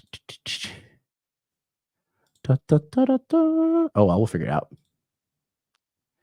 right, let's go access. You know, to spice it up, let's start with Isaac. I want to see what your answer is. Isaac, should gay people be allowed to adopt babies? Huh. Yeah, I believe that as long as you have the ability to be a good parent, whether you're gay, straight, you know, no matter your sexual orientation, you should be allowed. Pretty cut and dry. Okay, anyone else before Nick goes? Should gay people be allowed to adopt babies? Heaven, do you have anything? Burnout? I feel that. Yeah, I feel like anybody that has the heart to be a parent, the patience to be a parent, should be afforded that right to experience parenthood and having a child and having that family that they have always wanted. I feel like there's no evidence to show that children that grow up in single or same-sex couple households fare any worse on a majority of metrics or on any metric. And on top of that, I feel like if you're looking at the best interest of a child that's needing to be adopted and a family that's wanting to adopt them, how could you possibly say that this child just should live without parents instead of going to gay parents, especially when there's no evidence that doing so would be more detrimental to the child, even in a heterosexual relationship? I don't care about this topic. I'm going to skip to the next one. Thank God. Well, are people born gay and straight? If you're trying to make the case that homosexuals are not promiscuous, that they don't abuse drugs, that they don't like to party, that there's not immense perversion, I think you don't know what you're talking about on that case. I mean, it's true. Maybe I don't have credibility on the subject because, I don't know them and that lifestyle intimately, but I think you'd be mistaken if you're arguing that. I'm not saying homosexuals are more likely to not adopt kids. Morality really is not a singular rapid pace. I like to eat. Okay. I like eating. I hate working out. I hate exerting myself. So I say it, you can't really call me a hypocrite because I'm. Oh, this is the part I wanted to talk to you about. Being a human being and living and having experiences dictate your morality, and morality really. Hold on. I think my dilemma is that on paper, there's nothing wrong with his belief that immoral people should not adopt kids. I just think that selfish people we find are uncaring. And not I deem moral that Christians deem immoral, like abortion. When you say that, gay parents will be. What I can say as a person who grew up in a church, because both parents are Christianity, that's just no, but it's it goes along with everything else we've been saying. It really is a fundamental question of what do we consider moral behavior? A rebuttal. Does anyone think that it's okay to be fat? Okay. When people, I think, as a woman, she's not qualified to do anything because she's a woman. It's kind of a bit. It's a bit biased and a bit weird, don't you think? Okay, let's move on to the next subject. We're starting to. This is gonna make you so mad. This is what was driving me up a wall here. Circle a little bit, and I would just say going forward, if the participants, instead of asking questions, we would like to hear your arguments instead of reverting back to Nick. I'm hearing less of people's stances and just asking Nick questions. So if you could state your arguments a little bit more. We'll move on to the next one now, and I'll start with Nick because we started with Isaac last one. Nick, is it okay to be fat? No, it's gross. And I sympathize, okay, because I'm gaining weight at a rapid pace. I like to eat, okay? I like eating. I hate working out. I hate exerting myself. So I say it, you can't really call me a hypocrite because I'm getting there, and I struggle to stop the trend. No, but it goes along with everything else we've been saying. It really is a fundamental question of what do we consider moral behavior? Because there seems to be a consensus these days. It's like this Reddit mentality. It's like a very compassionate mentality. People say, as long as you're not hurting somebody, it's fine. And harm is kind of like, hey, keep your hands and feet to yourself. Don't be mean. Don't be a jerk. As long as you're not doing that, you're a good person. And I think that the things that harm ourselves are immoral. I think there's a whole category of things like that. I think that, those sexual behaviors like we were talking about before that are not pointed toward their natural end are immoral. I think overeating, gluttony, laziness, sloth, I think those are immoral things. I think we would all feel in our heart of hearts, there's something wrong if we're not being productive. And we know somewhere deep down that work is good. When we don't work, we feel bad. When people are working around us, but we're not, we feel guilty. Why is that? We have a conscience. We have an objective sense of morality that's baked into the cake. And that's because we know that work and toil and productivity are good and the opposite is bad. Same goes for things like waste. We feel an inherent guilt when we waste food. Why is that? It's something that's immoral. It's not necessarily hurting somebody else, but we can all recognize it's not a good thing. And the same goes for being decadent, overindulgent, obese. The big scam is people say obesity is caused by some other thing. It's caused by eating too much. It's caused by a lack of discipline. People say, they got big bones or something. I think there's a lot of shit in the foods that we're not supposed to eat. But if you get fat, it's probably because you're eating too much, and that's a sin. So we need people to stop eating, stop the snacking, stop drinking the sugary drinks, stop grazing all the time. Got to get up and move, get active, stop being such a fat piece of shit. That's kind of my view on the whole thing. And I think it's immoral. Who has a rebuttal? Does anyone think that it's okay to be fat? Go ahead, Isaac. I think this guy argued with Myron on the Jubilee thing about being fat. Oh God.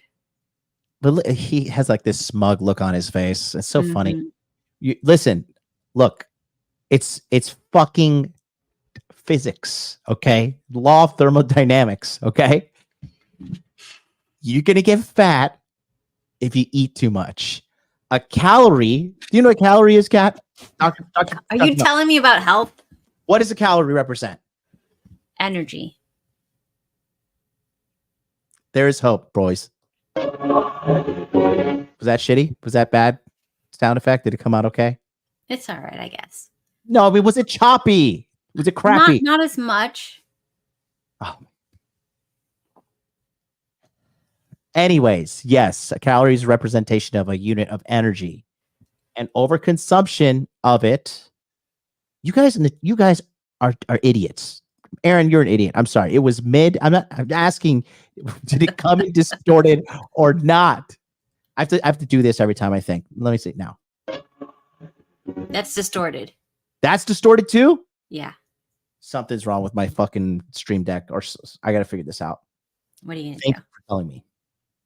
Appreciate it. Why is that happening? It's fine. But anyways, yeah, you're just going to get fat because you eat too much, period. Nothing, no ands, ifs, or buts about it. Actually, if you want to go into that, you can actually get fat from not eating enough of certain things if you are female. Example? If you don't eat enough protein as a female, you will start holding more fat because your body basically thinks it's in some sort of famine, and the only way to keep a female fertile is to hold weight in that situation. So there is a gender difference.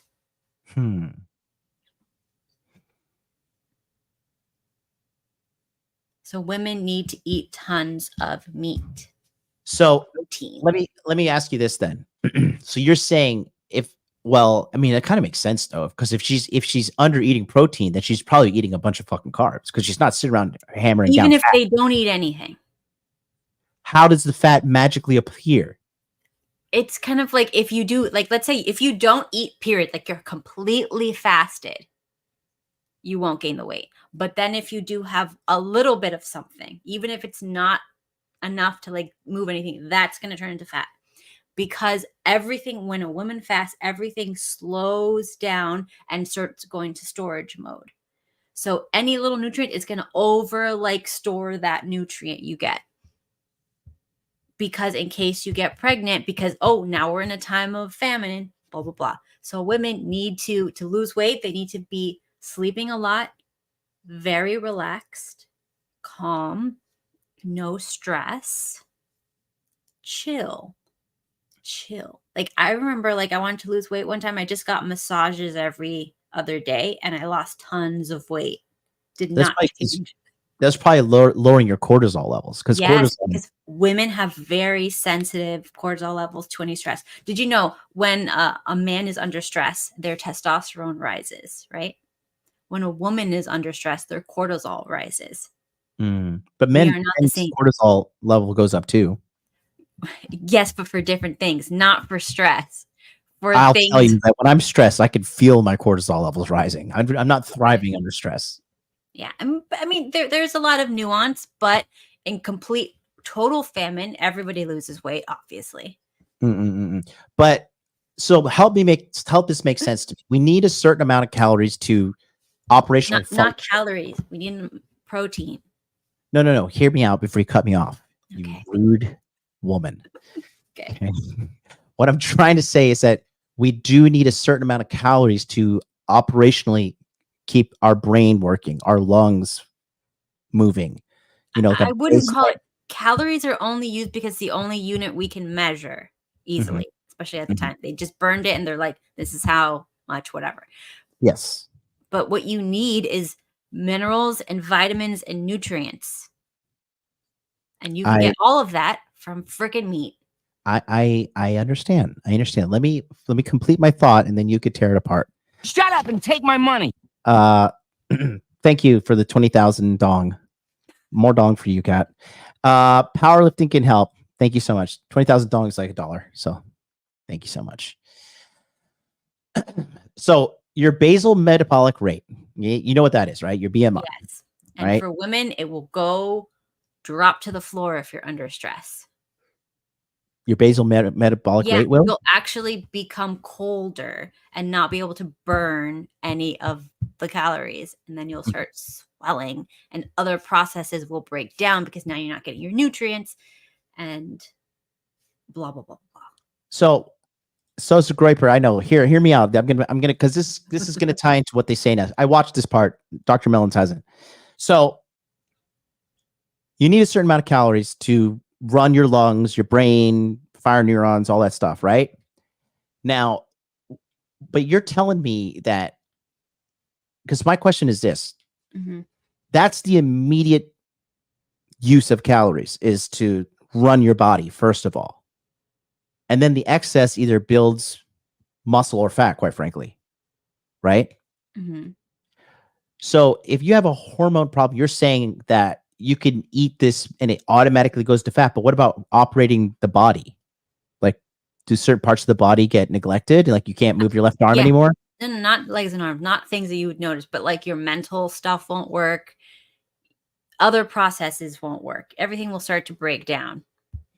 And eventually your hormones will start to break down as a female. And that's when they have like extreme problems. And that's when their mental health goes beep and explodes. And is that so their brain starts to shut down as they get fatter, is what you're saying? I mean, I don't want to say that on record, but you know. No, I don't. Okay. whatever. Look, if you're not getting the vitamins and minerals as a female, it's going to first prioritize the womb and make you fat and try to like keep all the nutrients that you do get access, thinking we're in famine, we got to use what we can get. And when that doesn't work, that's it. Your hormones will eventually shut down completely. And once your hormones start shutting down, your mental health starts going, you become insane. No, you don't explode. Oh, you explode in fatness. It's not so much fat as it is inflammation. Well, here, okay, watch. Okay, good. I want you to get angry because watch what they say. That was prefacing for what's going to happen next. Okay, I don't agree. I agree with Nick a lot on this. I do not think that it's okay to be physically unhealthy. However, where my opinion differs, and I'm just assuming. You didn't say it, but I don't think we should demonize people for being physically unhealthy. I think there are productive ways to stir people into a physically healthy life that doesn't involve shaming them and making them feel any worse than they already are. So, and to answer your question, I don't think it's all right to be physically unhealthy, but I don't think the solution to that is to shame people. And also obesity and being fat can be caused by factors that aren't controlled by the person that is that way. I just wanted to add that it's a rarity, but those situations still happen. So that's how I feel about it. Before Nick responds, anybody else, is it okay to be fat? I think do you have anything, or Jazz, go ahead. I think there's a difference between unhealthy and immoral. And I don't think, like Nick always talks about, oh, we have this inherent thing that we just know it's unhealthy or we know it's immoral. And I think like earlier you brought up like, oh, there's like things like math. Well, there's a consensus on math. Clearly your moral framework is not shared by a lot of people. It's by the majority of people in our country. And so if it's so inherent that we should all just know it because it's just within us, it seems like it's only a small percentage of people that have things you're talking about where we just inherently. Dr. Melons, we got a medical question for you. Shout out from Jorge Diaz. Sends you 50 Mexican dollars. Pesos? He's in Mexico. He's my Mexican friend. Okay. Dr. Melons, can you explain what is inflammation? Yes. Don't chat GPT it. Busted. She doesn't know. Let's continue. Hold on. Chat GPT, you can tell later, but this is the important part. I want you to pay attention. Feel that someone eating donuts is so immoral. It's just, it's not happening. Heaven, do you have anything? Is it okay to be fat? Personally, I feel like it is okay to be fat in terms of just looks. If somebody is personally comfortable and confident that way, then two thumbs up to them. Is it okay to be unhealthy? No. However, I do feel like what Nick is kind of getting at has more to do with a person's it has more to do with just being negative and like trying to tear them down and not really health. Because sometimes if a person has weight on them, it's not really because they're unhealthy. It may be like as it said, they may have personal like health issues that they're going through. So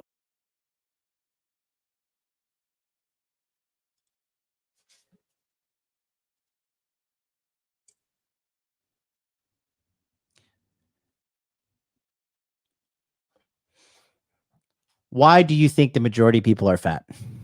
Because they eat processed food. And processed food is high in calorie or low in calories? 0 calories. It's negative calories. No, it's not 0 calories because if it was 0 calories, no. Not 0 calories. Sorry. It's not. Forget about calories. Throw calories away. It's 0 nutrients. There's no minerals. There's no vitamins. There's but no the reason they're getting fat is because it's high in calories. That's why is this so hard for everybody to understand. You eat more calories than you need, you get fat. You eat calories less than you need, you lose weight. It's just that simple. It's fucking physics. That's all it is. Are you done? No. Okay. The reason why, I know what you're going to say, because there's no nutrients in the food. And that's why you can eat all this processed dog shit and still feel hungry after. Okay? My dog thinks I'm upset. Come here. Aw.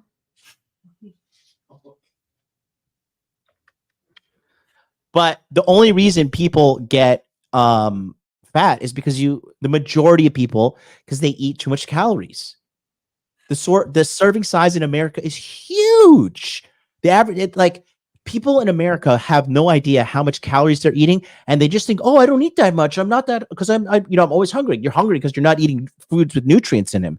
Hunger is a signal to your body that I need nutrients. I am lacking nutrition. Not I need food. I need nutrients. Yes, So that's why when you eat primarily animal protein, you don't get hungry. yes, higher on the satiety index for sure. Yeah, animal fat, animal protein, and then maybe some fruits. I say no to vegetables because there's no nutrients in them in America because of the monocropping. So just throw that shit away unless you grow it yourself. I have stopped eating tomatoes, by the way, since our last conversation, and my stomach problems have really drastically reduced. There you go. Yeah. And the girl I'm seeing, she made me eggplant instead. I was like, this is a nightshade too. I can't eat it. Yeah. She was arguing with me. I was like, Yeah, it's "You the can eat fun it." stuff. Yeah. No good. No bueno. Okay. Let's go back. But I just hate how they're coping. Like, oh, people have hormonal issues and no, you don't. You have a dietary education knowledge issue. Go. You're gonna say something. Yeah. A lot of the hormone problems are because not enough protein, not enough omega-3 fatty acid, and not enough specific nutrients that cause inflammation, which is swelling, which is water retention, blah, blah, blah. Yeah. No, it's just a lot of people don't. No, they don't. What you see, people say this. People have hormone issues because they're eating processed food, American food. They're not eating primarily protein. All of this, they're under high stress. Another thing, if you do not get adequate sleep, you're gonna be diabetic that day. Every day you don't get good sleep, you're basically diabetic. Whatever you eat is gonna just go right in the wrong places. Right. Okay. So I am okay. Okay. This hormone shit drives me crazy. Okay, because it doesn't make any fucking sense. Yes, it does. But you're not a woman, so you don't have to worry about that stuff. I'm not talking about women. I'm talking about in general. Okay. Okay. And look here. Okay, I'm gonna draw it, and you see where I'm at. Okay. Well, I mean, then it goes back there. Yeah, because they're eating cancer. No, You're eating you know what causes hypothyroidism? If you're exposed to chlorine, which is in the water, all the chloramine's in it, it destroys your iodine. So we need to supplement. We're not supplementing. There's too many different foods that actually steal your iodine and your selenium that are in the processed food, in the pesticides they use. All of that is basically, I feel like it's, conspiracy engineered to make us sick. I agree. So that they can sell us medication forever. Okay. So here, let me explain. So this is what I'm thinking here. Okay. So this is a human body. Okay. This is how many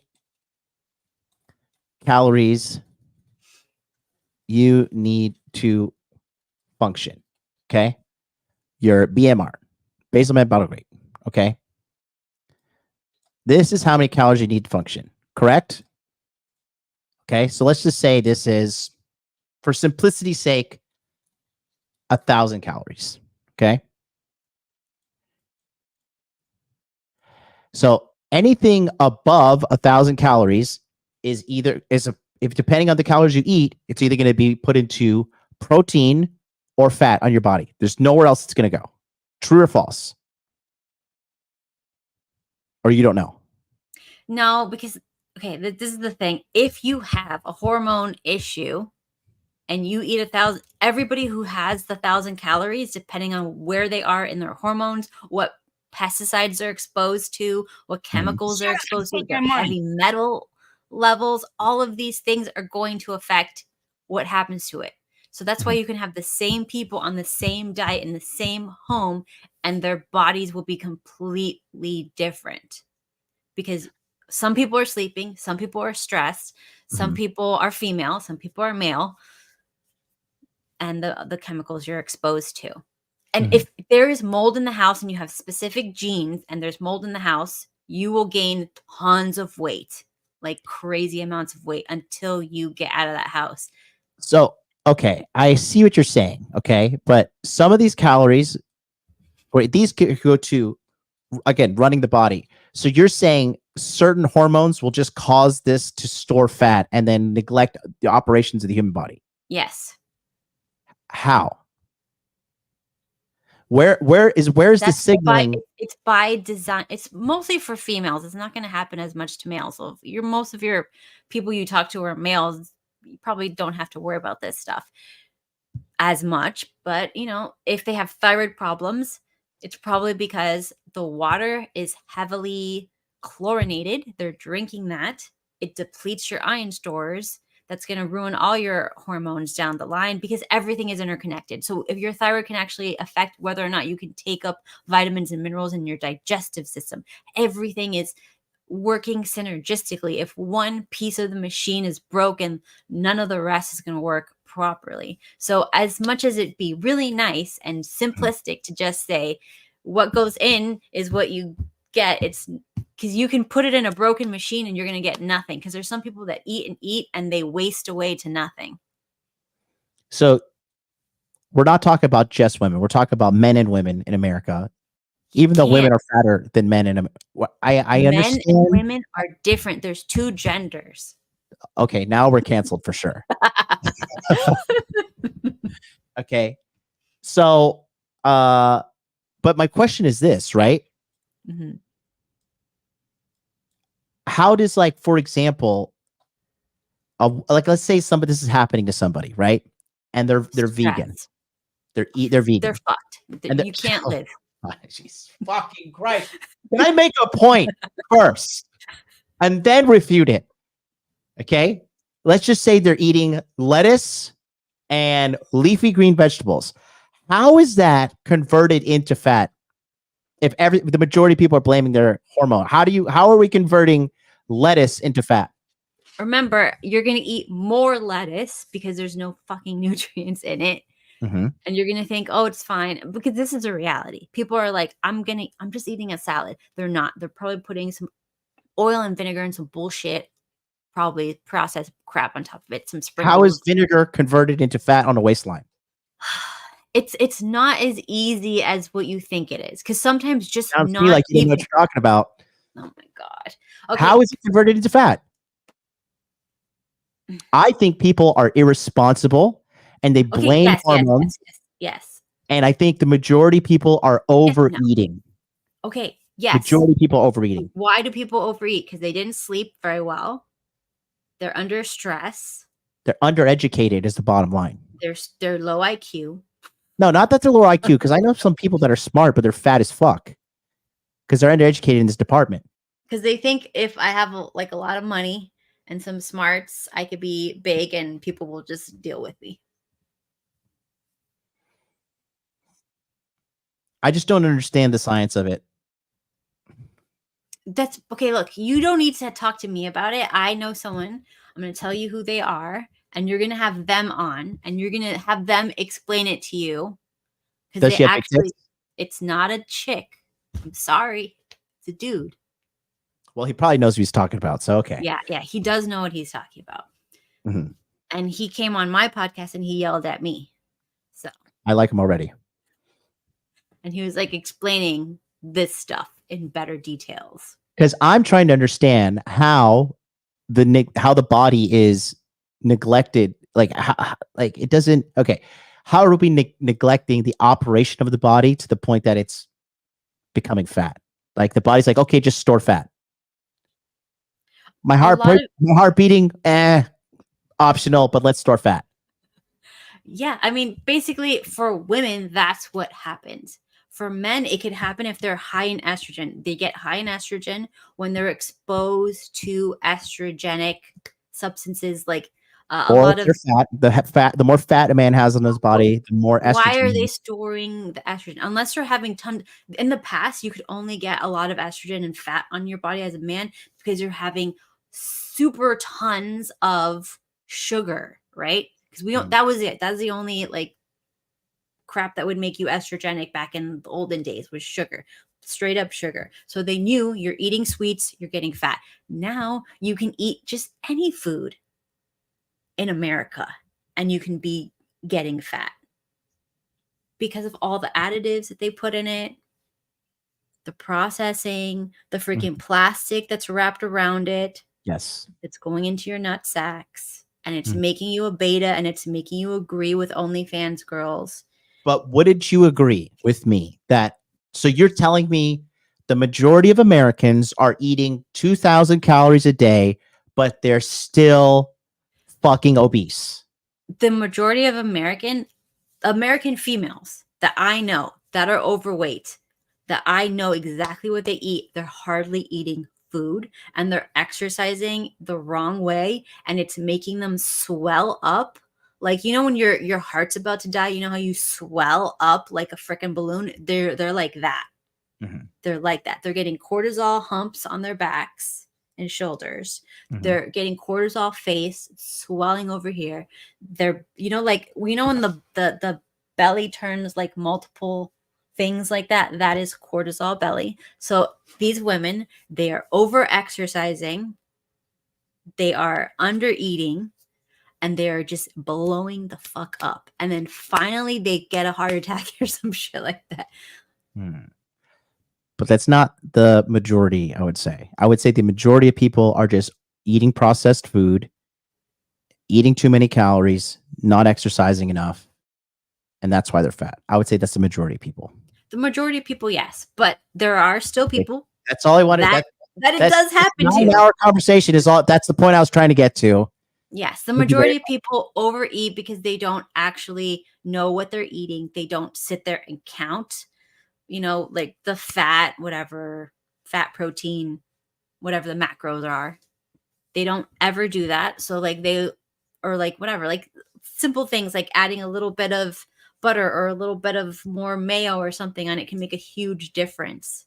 Can you make butter? Yeah, you just get cream and churn it.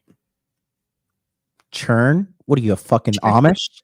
Yeah, I don't know. There's like a machine you just do this and then it turns. You've never made butter. But I could if I wanted to. Actually, if I mix the cream too much, it'll turn. Listen, this is a breakthrough. Shout out to Giro-sama. Just donated some bits. I think it's the first time I've ever had anybody donate on Twitch. So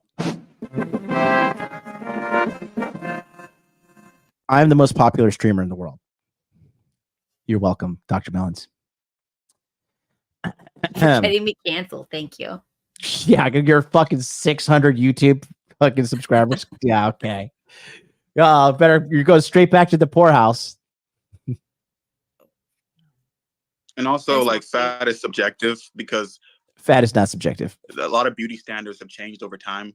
I remember, like, the women that we call thick and curvy these days, they were labeled fat back in the day. So it's also really subjective about being fat. And as long as somebody's comfortable in their own skin, I think it's okay. But I'm not going to like enable, physical unhealthy behavior. But I'm not going to shame or demonize them the way you guys do. That's my personal opinion. Well, I don't want to demonize. I don't think they're demonic. I don't think fat people are demonic. I just don't. Damn, we just got some more donations coming in, just racking up the big bucks. Let me try to send a non-distract. I just fixed the thing. Jiro-sama, again, with the 200. Thank you so much. Let me see. Is that distorted on my Ghetto Ass stream too? Is that distorted? Something's wrong. I have to fix that. I'm glad, though. I know that's a problem now, so I can fix it. Is fat subjective? Yes or no? I mean, some people like big tits, but that's fat to me. So yeah, I guess it is. When I see big boobs on a chick, I'm like, this is a fatty. Boom batty. Actually, there's two types of breast tissue. Tell us, oh boob connoisseur. I am a boob connoisseur. Oh, there is fatty tissue, and then there's fibrous breast tissue. Fibrous means they have too much estrogen. Shut up. It's a sign that they might get I didn't booby even know cancer. this until I started talking about it. No, I knew about fibrous breast tissue, of course. Have you touched fibrous breast versus fatty breasts? No. I have fibrous, so have. I know all about fibrous. You are not fibrous, okay? Yes, I am. No, because your husband said your boobs got bigger after you had the kids. So that They means stayed fat. fibrous. And then I had to put a lot of progesterone to kind of like bring them from up high. Did you have to like rub it on your boobs? It's topical. Yes, let's move on. How do you get progesterone? You inject it? No, it's topical to cream. You get progesterone cream because if you have you rub it on your boobs. yes, Where do you rub it? you can rub it anywhere. You can rub it on your thyroid because it's good for your thyroid. You can Where rub it did on you your rub it? arm. You have to rotate. From the left breast to the right breast? Dear Lord, help us. Anyways, so yeah, when you have highly fibrous, hard, like that very firm breast tissue that guys love that looks fake, it's actually a sign like they are more likely to get boob cancer. So they need a lot of progesterone and it'll soften it up a little bit. But fibrous breasts are way better. They are aesthetically better. That's why I like them. But there's a higher chance of boob cancer down the line. I don't care. I'm only dating them in their 20s. Like, she could get cancer after I dump her. God. Do you know what the percentage of fibrous breast cancer to non-fibrous breast cancer is? I don't remember. I feel like cancer is because of what you eat. Cancer you get from the toxic estrogens not being able to detox from your body and other toxins not being able to detox. And I think there's a huge amount that this is controversial, but it's parasitic. Cancer wasn't this prevalent back in the day. We were on anti-parasitic every season, ivermectin, fenbendazole, all of these things. Every other country except the United States, it's over the counter. You take it every season, winter, summer, whatever, fall. You do it all the time by yourself. And there's also traditional foods that people would eat in different cultures to detox the parasites, different teas that they would have, disgusting bitter teas and disgusting bitter fruits and vegetables like bitter melons, and probably is good for that because it's good for the liver. So it probably will help flesh out stuff in there.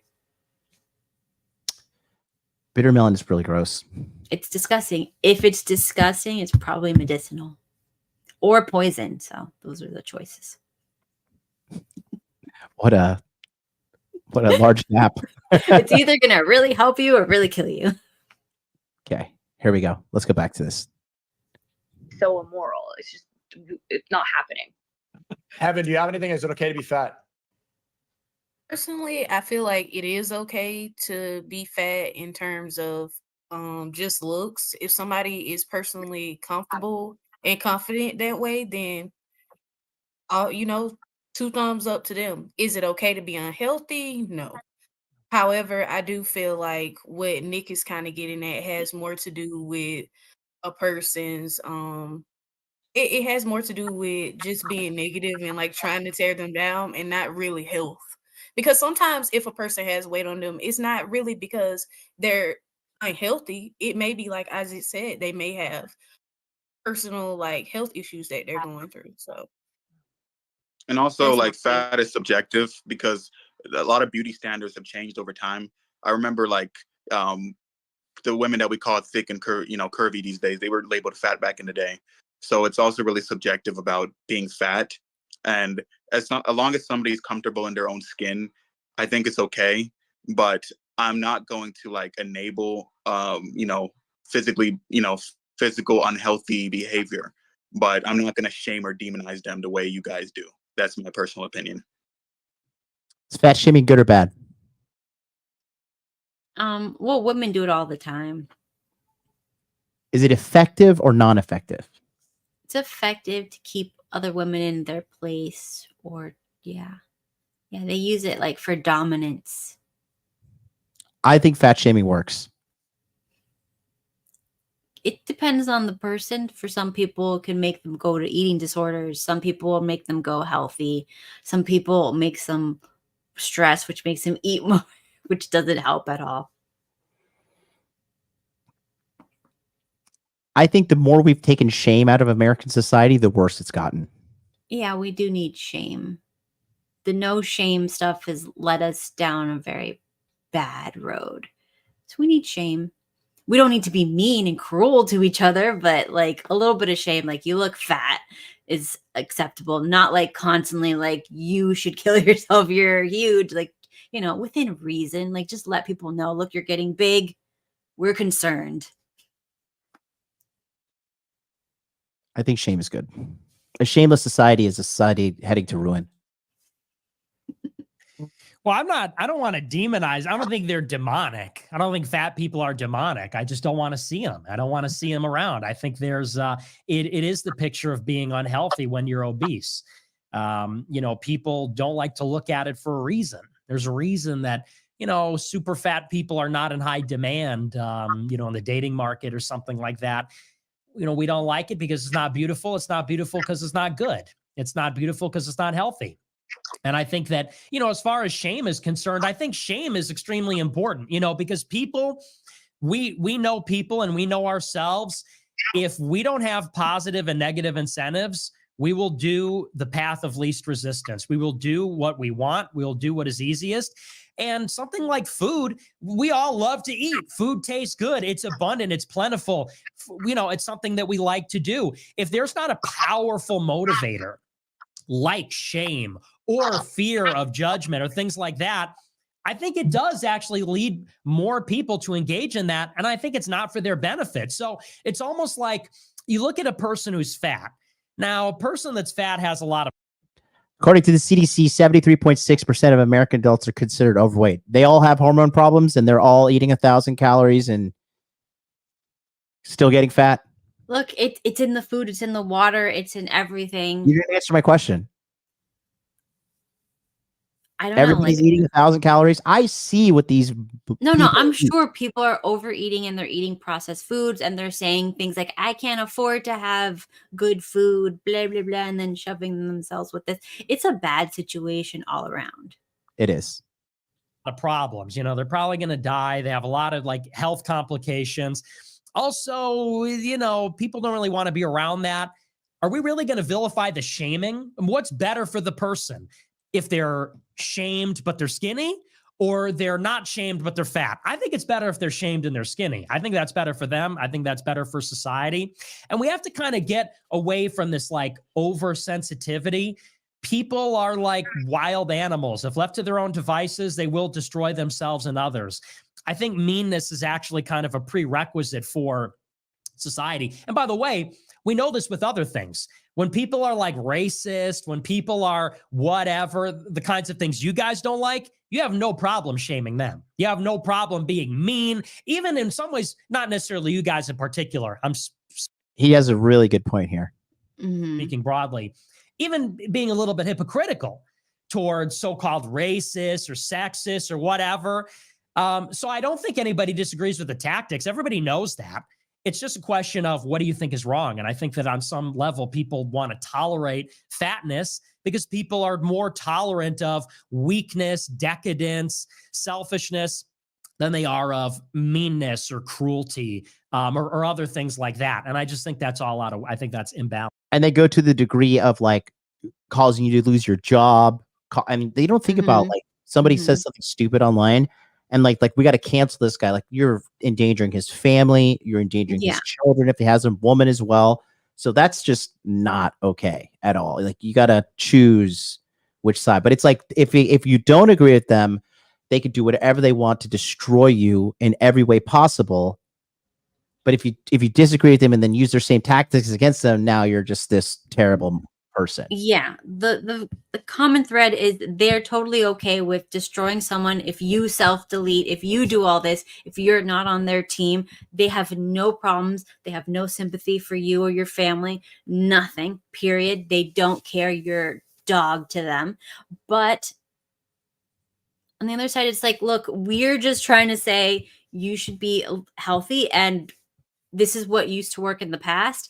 And more people self-delete now than they did in the past. And this is how we did it in the past. But then at the same time, it's like, that's true. But then also, we never had this much poison in the food. And people have never been this poor. And when you're poor, you can only afford the processed crap. whatever. So we're in a pickle. We're in a very bad pickle, and it's not as easy as like, you know, blaming this person or this one thing. There's so many factors. All chicken and all regular people chicken in America is unhealthy and will cause you to die. Yeah. I'm sorry, it is. Where do you get your chicken? I get it from a farm that I order directly from it. They freeze it immediately and ship it to me. I will not go to a grocery store ever. No, I can't eat that shit. It's not food. It's not food. If chicken you're poor, is not food? It's not food. It's not food. You feel weird. It doesn't even look like regular chicken. It's not the right color. Doesn't have the right taste. There's something wrong here. I don't know about that. It's really bad. What is in the chicken? Bad. I don't know.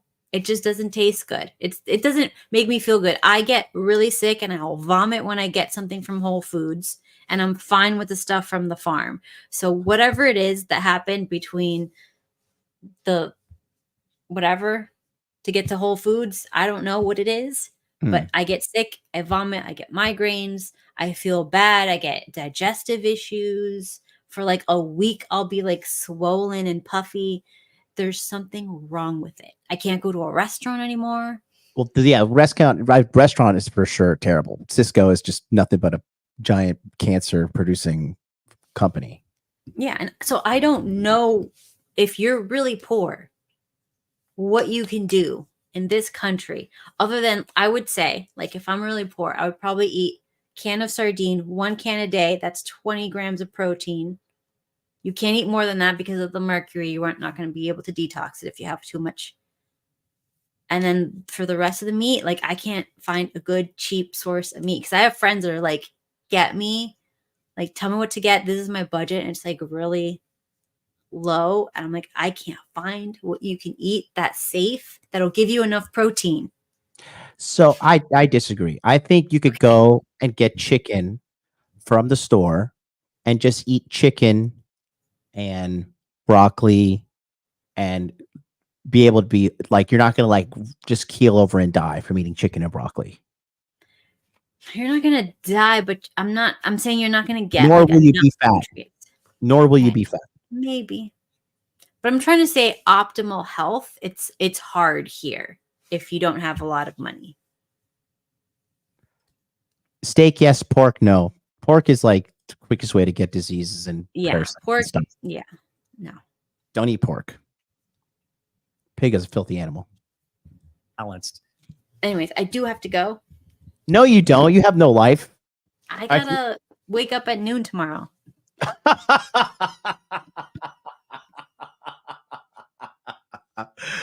You got to wake up at noon tomorrow. I see. I see.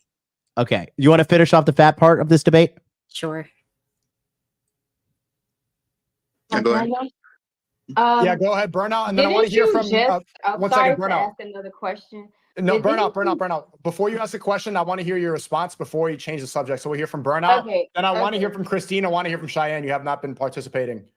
All right. So I don't think it's a crime to be fat. Fat people aren't harming people. Like, you want to say you don't like seeing them, but you just admitted that you sympathize because you're actually, fat people are an extreme stress on the health system in America. Becoming fat. I know. It's not really mixing in the pot. I know, and I hate myself. I look in the mirror, I see my fat face, and I'm like, damn, you're getting fat. So do you really have the sympathy? Like, because you can't sit here and call fat people disgusting while being one, because that just gives hypocritical. You just sound hypocritical. It's giving guilt. And then it's giving guilt. Breath, it's giving what? It's giving guilt. I look at my fat face in the mirror, and I'm like, I'm so fat. I need to get skinny. That's good. People call me fat. It hurts my feelings, but it motivates me. You know, then when I go to Dunkin'. He's true. He is true there. Donuts, I'm like, do you feel like you're hurting anyone by being fat? Do you feel like you're physically hurting anyone? I'm by being offending fat? the audience. If I'm fat, I offend the audience.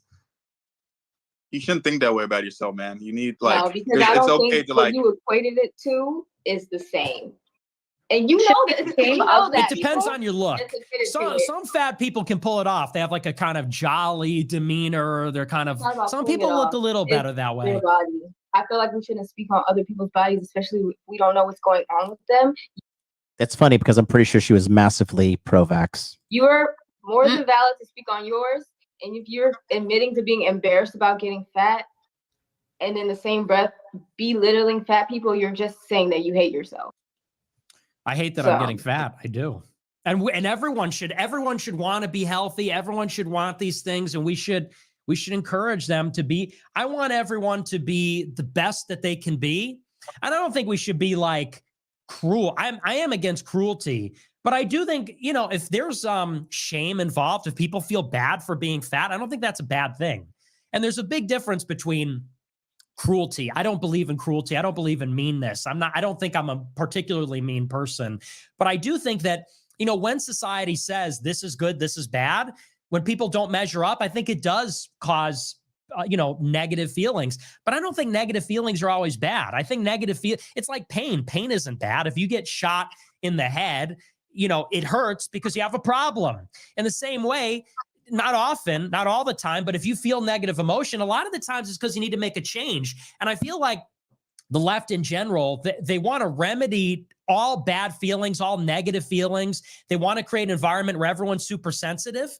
And then when the outcomes are terrible, they care less about that. They care more about everybody feeling better than, for example, them being healthy. And in that sense, they're doing a disservice to people when they say, you're beautiful. It's like, you know, if a fat person's in front, it's like, you're not beautiful. You're not doing them any favors by telling them that there's nothing wrong with them, because there is. And, it, you know, you don't have to be cruel about it. But what about when someone has like acne?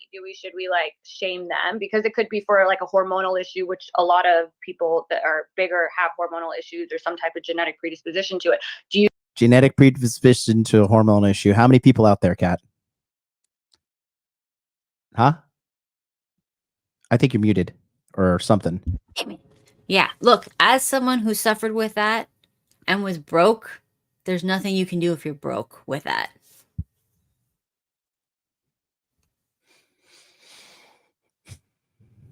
So what's the option? What do you got to do? Just got to be fat and deal with it?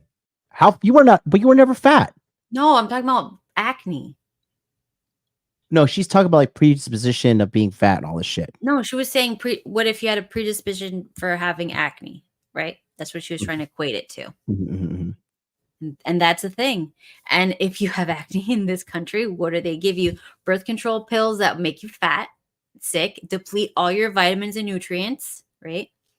And then the other one is Accutane, where you have to take also some sort of birth control, because if you get pregnant during that, you'll have like a mentally and physically damaged child, or spironolactone, which again, you need birth control, 2 forms of birth control, because you'll have a mentally whatever. So if you have skin conditions in this country, they give you stuff that makes you like infertile or have like mentally challenged kids. Those are your only options, because you can only be on antibiotics for so long, and then it comes right back.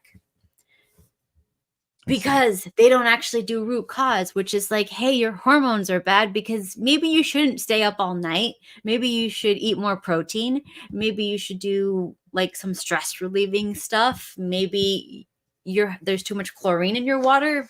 The point I'm trying to make here that I want you to give me your opinion on is I think that they are advocating for people to shy away from personal responsibility, which I don't like. Yeah, it is. But at the same time, I feel really bad, because if you're a regular or even a lower IQ person and you go to a doctor and you're like, I have this problem, they're going to give you more problems. Yeah, because doctors in America are stupid. All they need to do is just give you a pill or have surgery, you know? But if they're so smart, why do we have like one of the sickest populations on the planet? Because they're taught by the pharmaceutical industry that wants to have a patient for life. So you cannot give a cure. They don't teach them about health. They don't teach them about health. They're a doctor. They don't teach them about health. They teach them how to give maintenance medication. And they don't talk about nutrition. And do you know that I wanted to study nutrition? So I went and I toured it and I said, okay, so what does a nutritionist learn? And they basically have classes on to teach you how to make processed food more palatable and make people eat more. Like basically these are the people, the nutritionists are the ones that eventually go into like the food industrial complex and get people to eat all these highly processed foods and blah blah blah, which is funny because I was wondering why every nutritionist that I met was drinking fistfuls of Diet Coke. So nobody knows anything about nutrition. No one is taught. Even the nutritionists have never been taught nutrition, which is wild to me. Makes me want to diet Dr. Pepper. You just go around and if someone's like ugly or has acne or just is not pleasurable to look at, you just think that's the response. Well, but acne is different. Acne is not something that is directly caused by your lifestyle. But yes, I said the same thing. Yes, it is. It is. But again, if you go to the doctor, they're going to give you the runaround. No one's going to tell you what it is or what you're doing. So I feel bad for people because if your skin is constantly breaking up in acne or like sores that like become scabs, it's totally related to your food, right? No, not always. It could be related to your sleep, the fabric softener, any products you put on your skin, stress levels. If you're under high amounts of stress, you like basically your gut will stop working and that'll go up on your face. And vitamin D deficiency, as well as many others, omega-3 too, a whole bunch of them. So many things. Basically, acne is just like your body is missing some nutrients, so it can't function. So it's detoxing out of your skin, which is the last resort before you basically die. We'll talk more about that. Knowledge that is It can be. In some cases, you can acknowledge, right? And in some cases, weight is not directly dictated by your lifestyle. Like I don't people think have that's hormonal true. issues or medical issues. It is true. It's rare, but it's true. If you see a lot of like morbidly obese people that are starving to death. No, but there are sometimes like hormonal issues, like thyroid issues. Like my aunt has it and she works out all the time and she's really healthy, but she just puts on a lot of weight because her thyroid. So people can have these issues that can also cause acne. There's many underlying factors that can lead to what someone looks like on the outside. And so I feel like either you have to make fun of everyone for everything, you're ugly, you're short, you have acne, or you need to understand that you don't necessarily know why a person looks a particular way. I think we do kind of do that. Anyway. And I think that, some people are more comfortable with some things than other things. It's like, it's a classic example. Women will say, well, we don't like short men. We don't like weak men. We don't like men that aren't facially attractive. But then you go, okay, we don't like fat women. They go, what how could you say that? She's crying. That's terrible. It's like, I think the world's a pretty cruel place. And I think that obesity. He has a solid point there. It is. Ironically, it's one of the ones that is most correlated because you're right. In some cases, there are people that have a extenuating circumstance. I think in a lot of cases, it is overeating. Generations ago, there weren't as many fat people. And if you look around the world in different countries, it varies tremendously. I think it is owing a lot to diet and exercise, more so than some, certainly acne, height, these other things you're pointing out, those are almost completely uncontrollable. And in the case of something like acne or bad skin, that is something I think less so than obesity that can be attributable to lifestyle. We all know if you see somebody with a super greasy face and greasy hair and they have bad complexion, it's like, okay, that guy doesn't shower. That's different than someone who just has it, because of hormones, because they're an adolescent or something. But Isaac, go ahead. Take a shower. Yeah, but just like what Jasmine was saying, she could go after me. But exactly what Jasmine was saying, there are like underlying things that cause somebody to be like socioeconomic status too. There are like people in food deserts where they have no opportunity or no other options but to eat bad food. So there are people that are put in positions where they can't help the way they look, and I agree it's physically unhealthy and it's not good for them, but there needs to be a more productive way to lean them towards getting healthy. Like, we could provide more programs to help, people who are socioeconomically disadvantaged to, get healthier. But calling somebody fat and saying you're ugly, I don't want to look at you. These people generally are already feeling bad about themselves and you're just putting them down even further. So, and when someone gets put down, it becomes a self-fulfilling prophecy where they don't want to get better because they already view the world as against them. So I don't think your way of dealing with that, it will be productive. It would actually lead to more self-pity and more obese people, if I'm being quite honest. Christine, go ahead. Is it okay to be fat? Okay, thank you. Yeah, I just wanted to say, like, there's all of the TikTokers and like the binge eaters that I see that literally like what I eat in a day, and they're eating like thousands of calories a day. A lot of those are skinny people. So I feel like that energy should also be directed towards them, because like they're the ones that are eating unhealthily, but since they aren't able to gain a lot of weight or they have fast metabolisms, like no one really cares. But then like a fat woman or a fat man will be eating a salad on TikTok and they're getting roasted for that. So yeah, like You got something to say? Getting Yeah, because that was me. I was destroyed when I was little because I could eat pounds of food and never get fat. I was like 80, I don't know, 85 pounds or 89 pounds when I was working out. And I would eat constantly. Like, I would have like 4 tiramisus, still 89 pounds. I would do like all the things that everybody dreams of being able to do. I could do that. And then my friends, like if they looked at food, they would gain weight and they'd be like, what do you do? And they all thought I was like throwing up or some bull crap. Was not throwing up. Never did that. I just slept 14 hours, had a chill lifestyle. And that's why I could do that. fair play. like you see a fat person in the gym and they're getting made fun of. So like how can they get better if they're just I know that's the truth of it and that's what's going to happen regardless. But yeah, I think there's a double standard there, and there's of course like Cushing syndrome, there's PCOS and like syndromes and diseases that people like they can't help but to gain weight like during that, like medications and stuff like that. So PCOS is diabetes in the ovaries. It's basically insulin resistance. That happens how? Too much carbs. Something you control. It's something you can control. Mm-hmm. When I was in my 20s, I would drink a venti caramel frappuccino. Mm-hmm. Do you know what that is? Something fat people drink. Go on. No, it was basically a coffee milkshake. Yeah. Starbucks, and it's like just carbs and sugar. It's unreal. It's just then do people just drink that on the reg? If I drink that now, I'll be sick. that's what Cheyenne, do you have anything? Is it okay to be fat? It's okay to be fat, but I don't think it's okay to be unhealthy. Can you be fat and healthy? No. Fat is a sign of bad health. Exactly. Some people cannot control that they're fat, or sometimes it's genetics, or sometimes they go to doctor. I'm genetically fat. Okay. Everybody is genetically fat when exposed to the right conditions.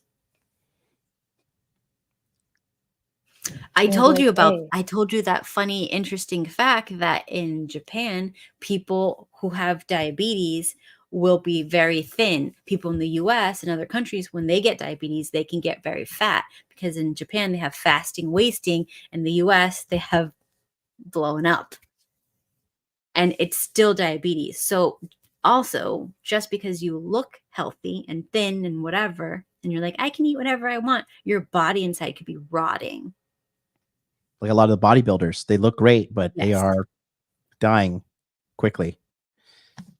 We're wrapping up here. Hold on. We're almost at there. I'm having anxiety now because I feel like I got to rush you off the bed. So I know you got to wake up early at noon. So hold on. It's like 3. Come on. You're going to start gaining weight. And sometimes when you get older, things stretches and you can't control your weight. And it's going to get as harder. But being unhealthy is not okay. Because as she just said, you see people on TikTok, they just gobble. See, they're always just referencing TikTok. This is how I know they're all fucking idiots. I love TikTok, but I don't do that.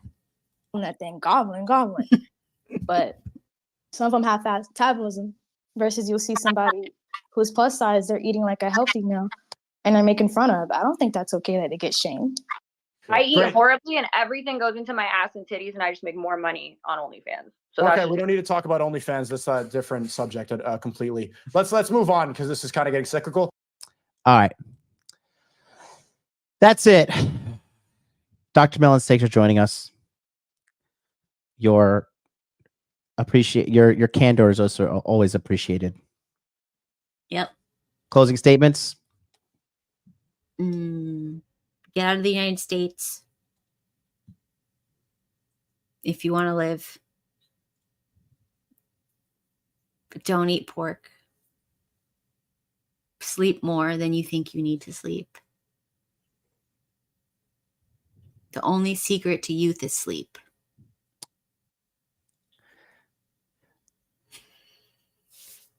You know, I get like an average of like 4 hours a night. I could tell. I look great. I look better than you. No. Hey, only one of us has a thing on our face to make ourselves look more attractive, okay? And that's you, sister. Let me put it on. No, because then you're going to scare all the viewers. Don't do it. It is. I put it on. I said don't turn it off. I'm going to turn it off. All right, guys. We'll see you next time here on Live with MLD and Dr. Melons. Oh, She's God. here. Appreciate you for being aboard. Guys, take care. We'll be back. Regular scheduled programming tomorrow night, 9 p.m. Eastern Standard Time, Monday. We just wanted to show you how a lot of this feminism stuff is just cope. It's a giant circle jerk. And doesn't make any sense when you put it under the lens of scrutiny. But if you scrutinize, now you're racist, now you're sexist. It's all a giant shame and manipulation tactic. Don't fall for it. Be smart and avoid the ones who try to make you feel bad for holding your ground. Until then, we'll see you next time.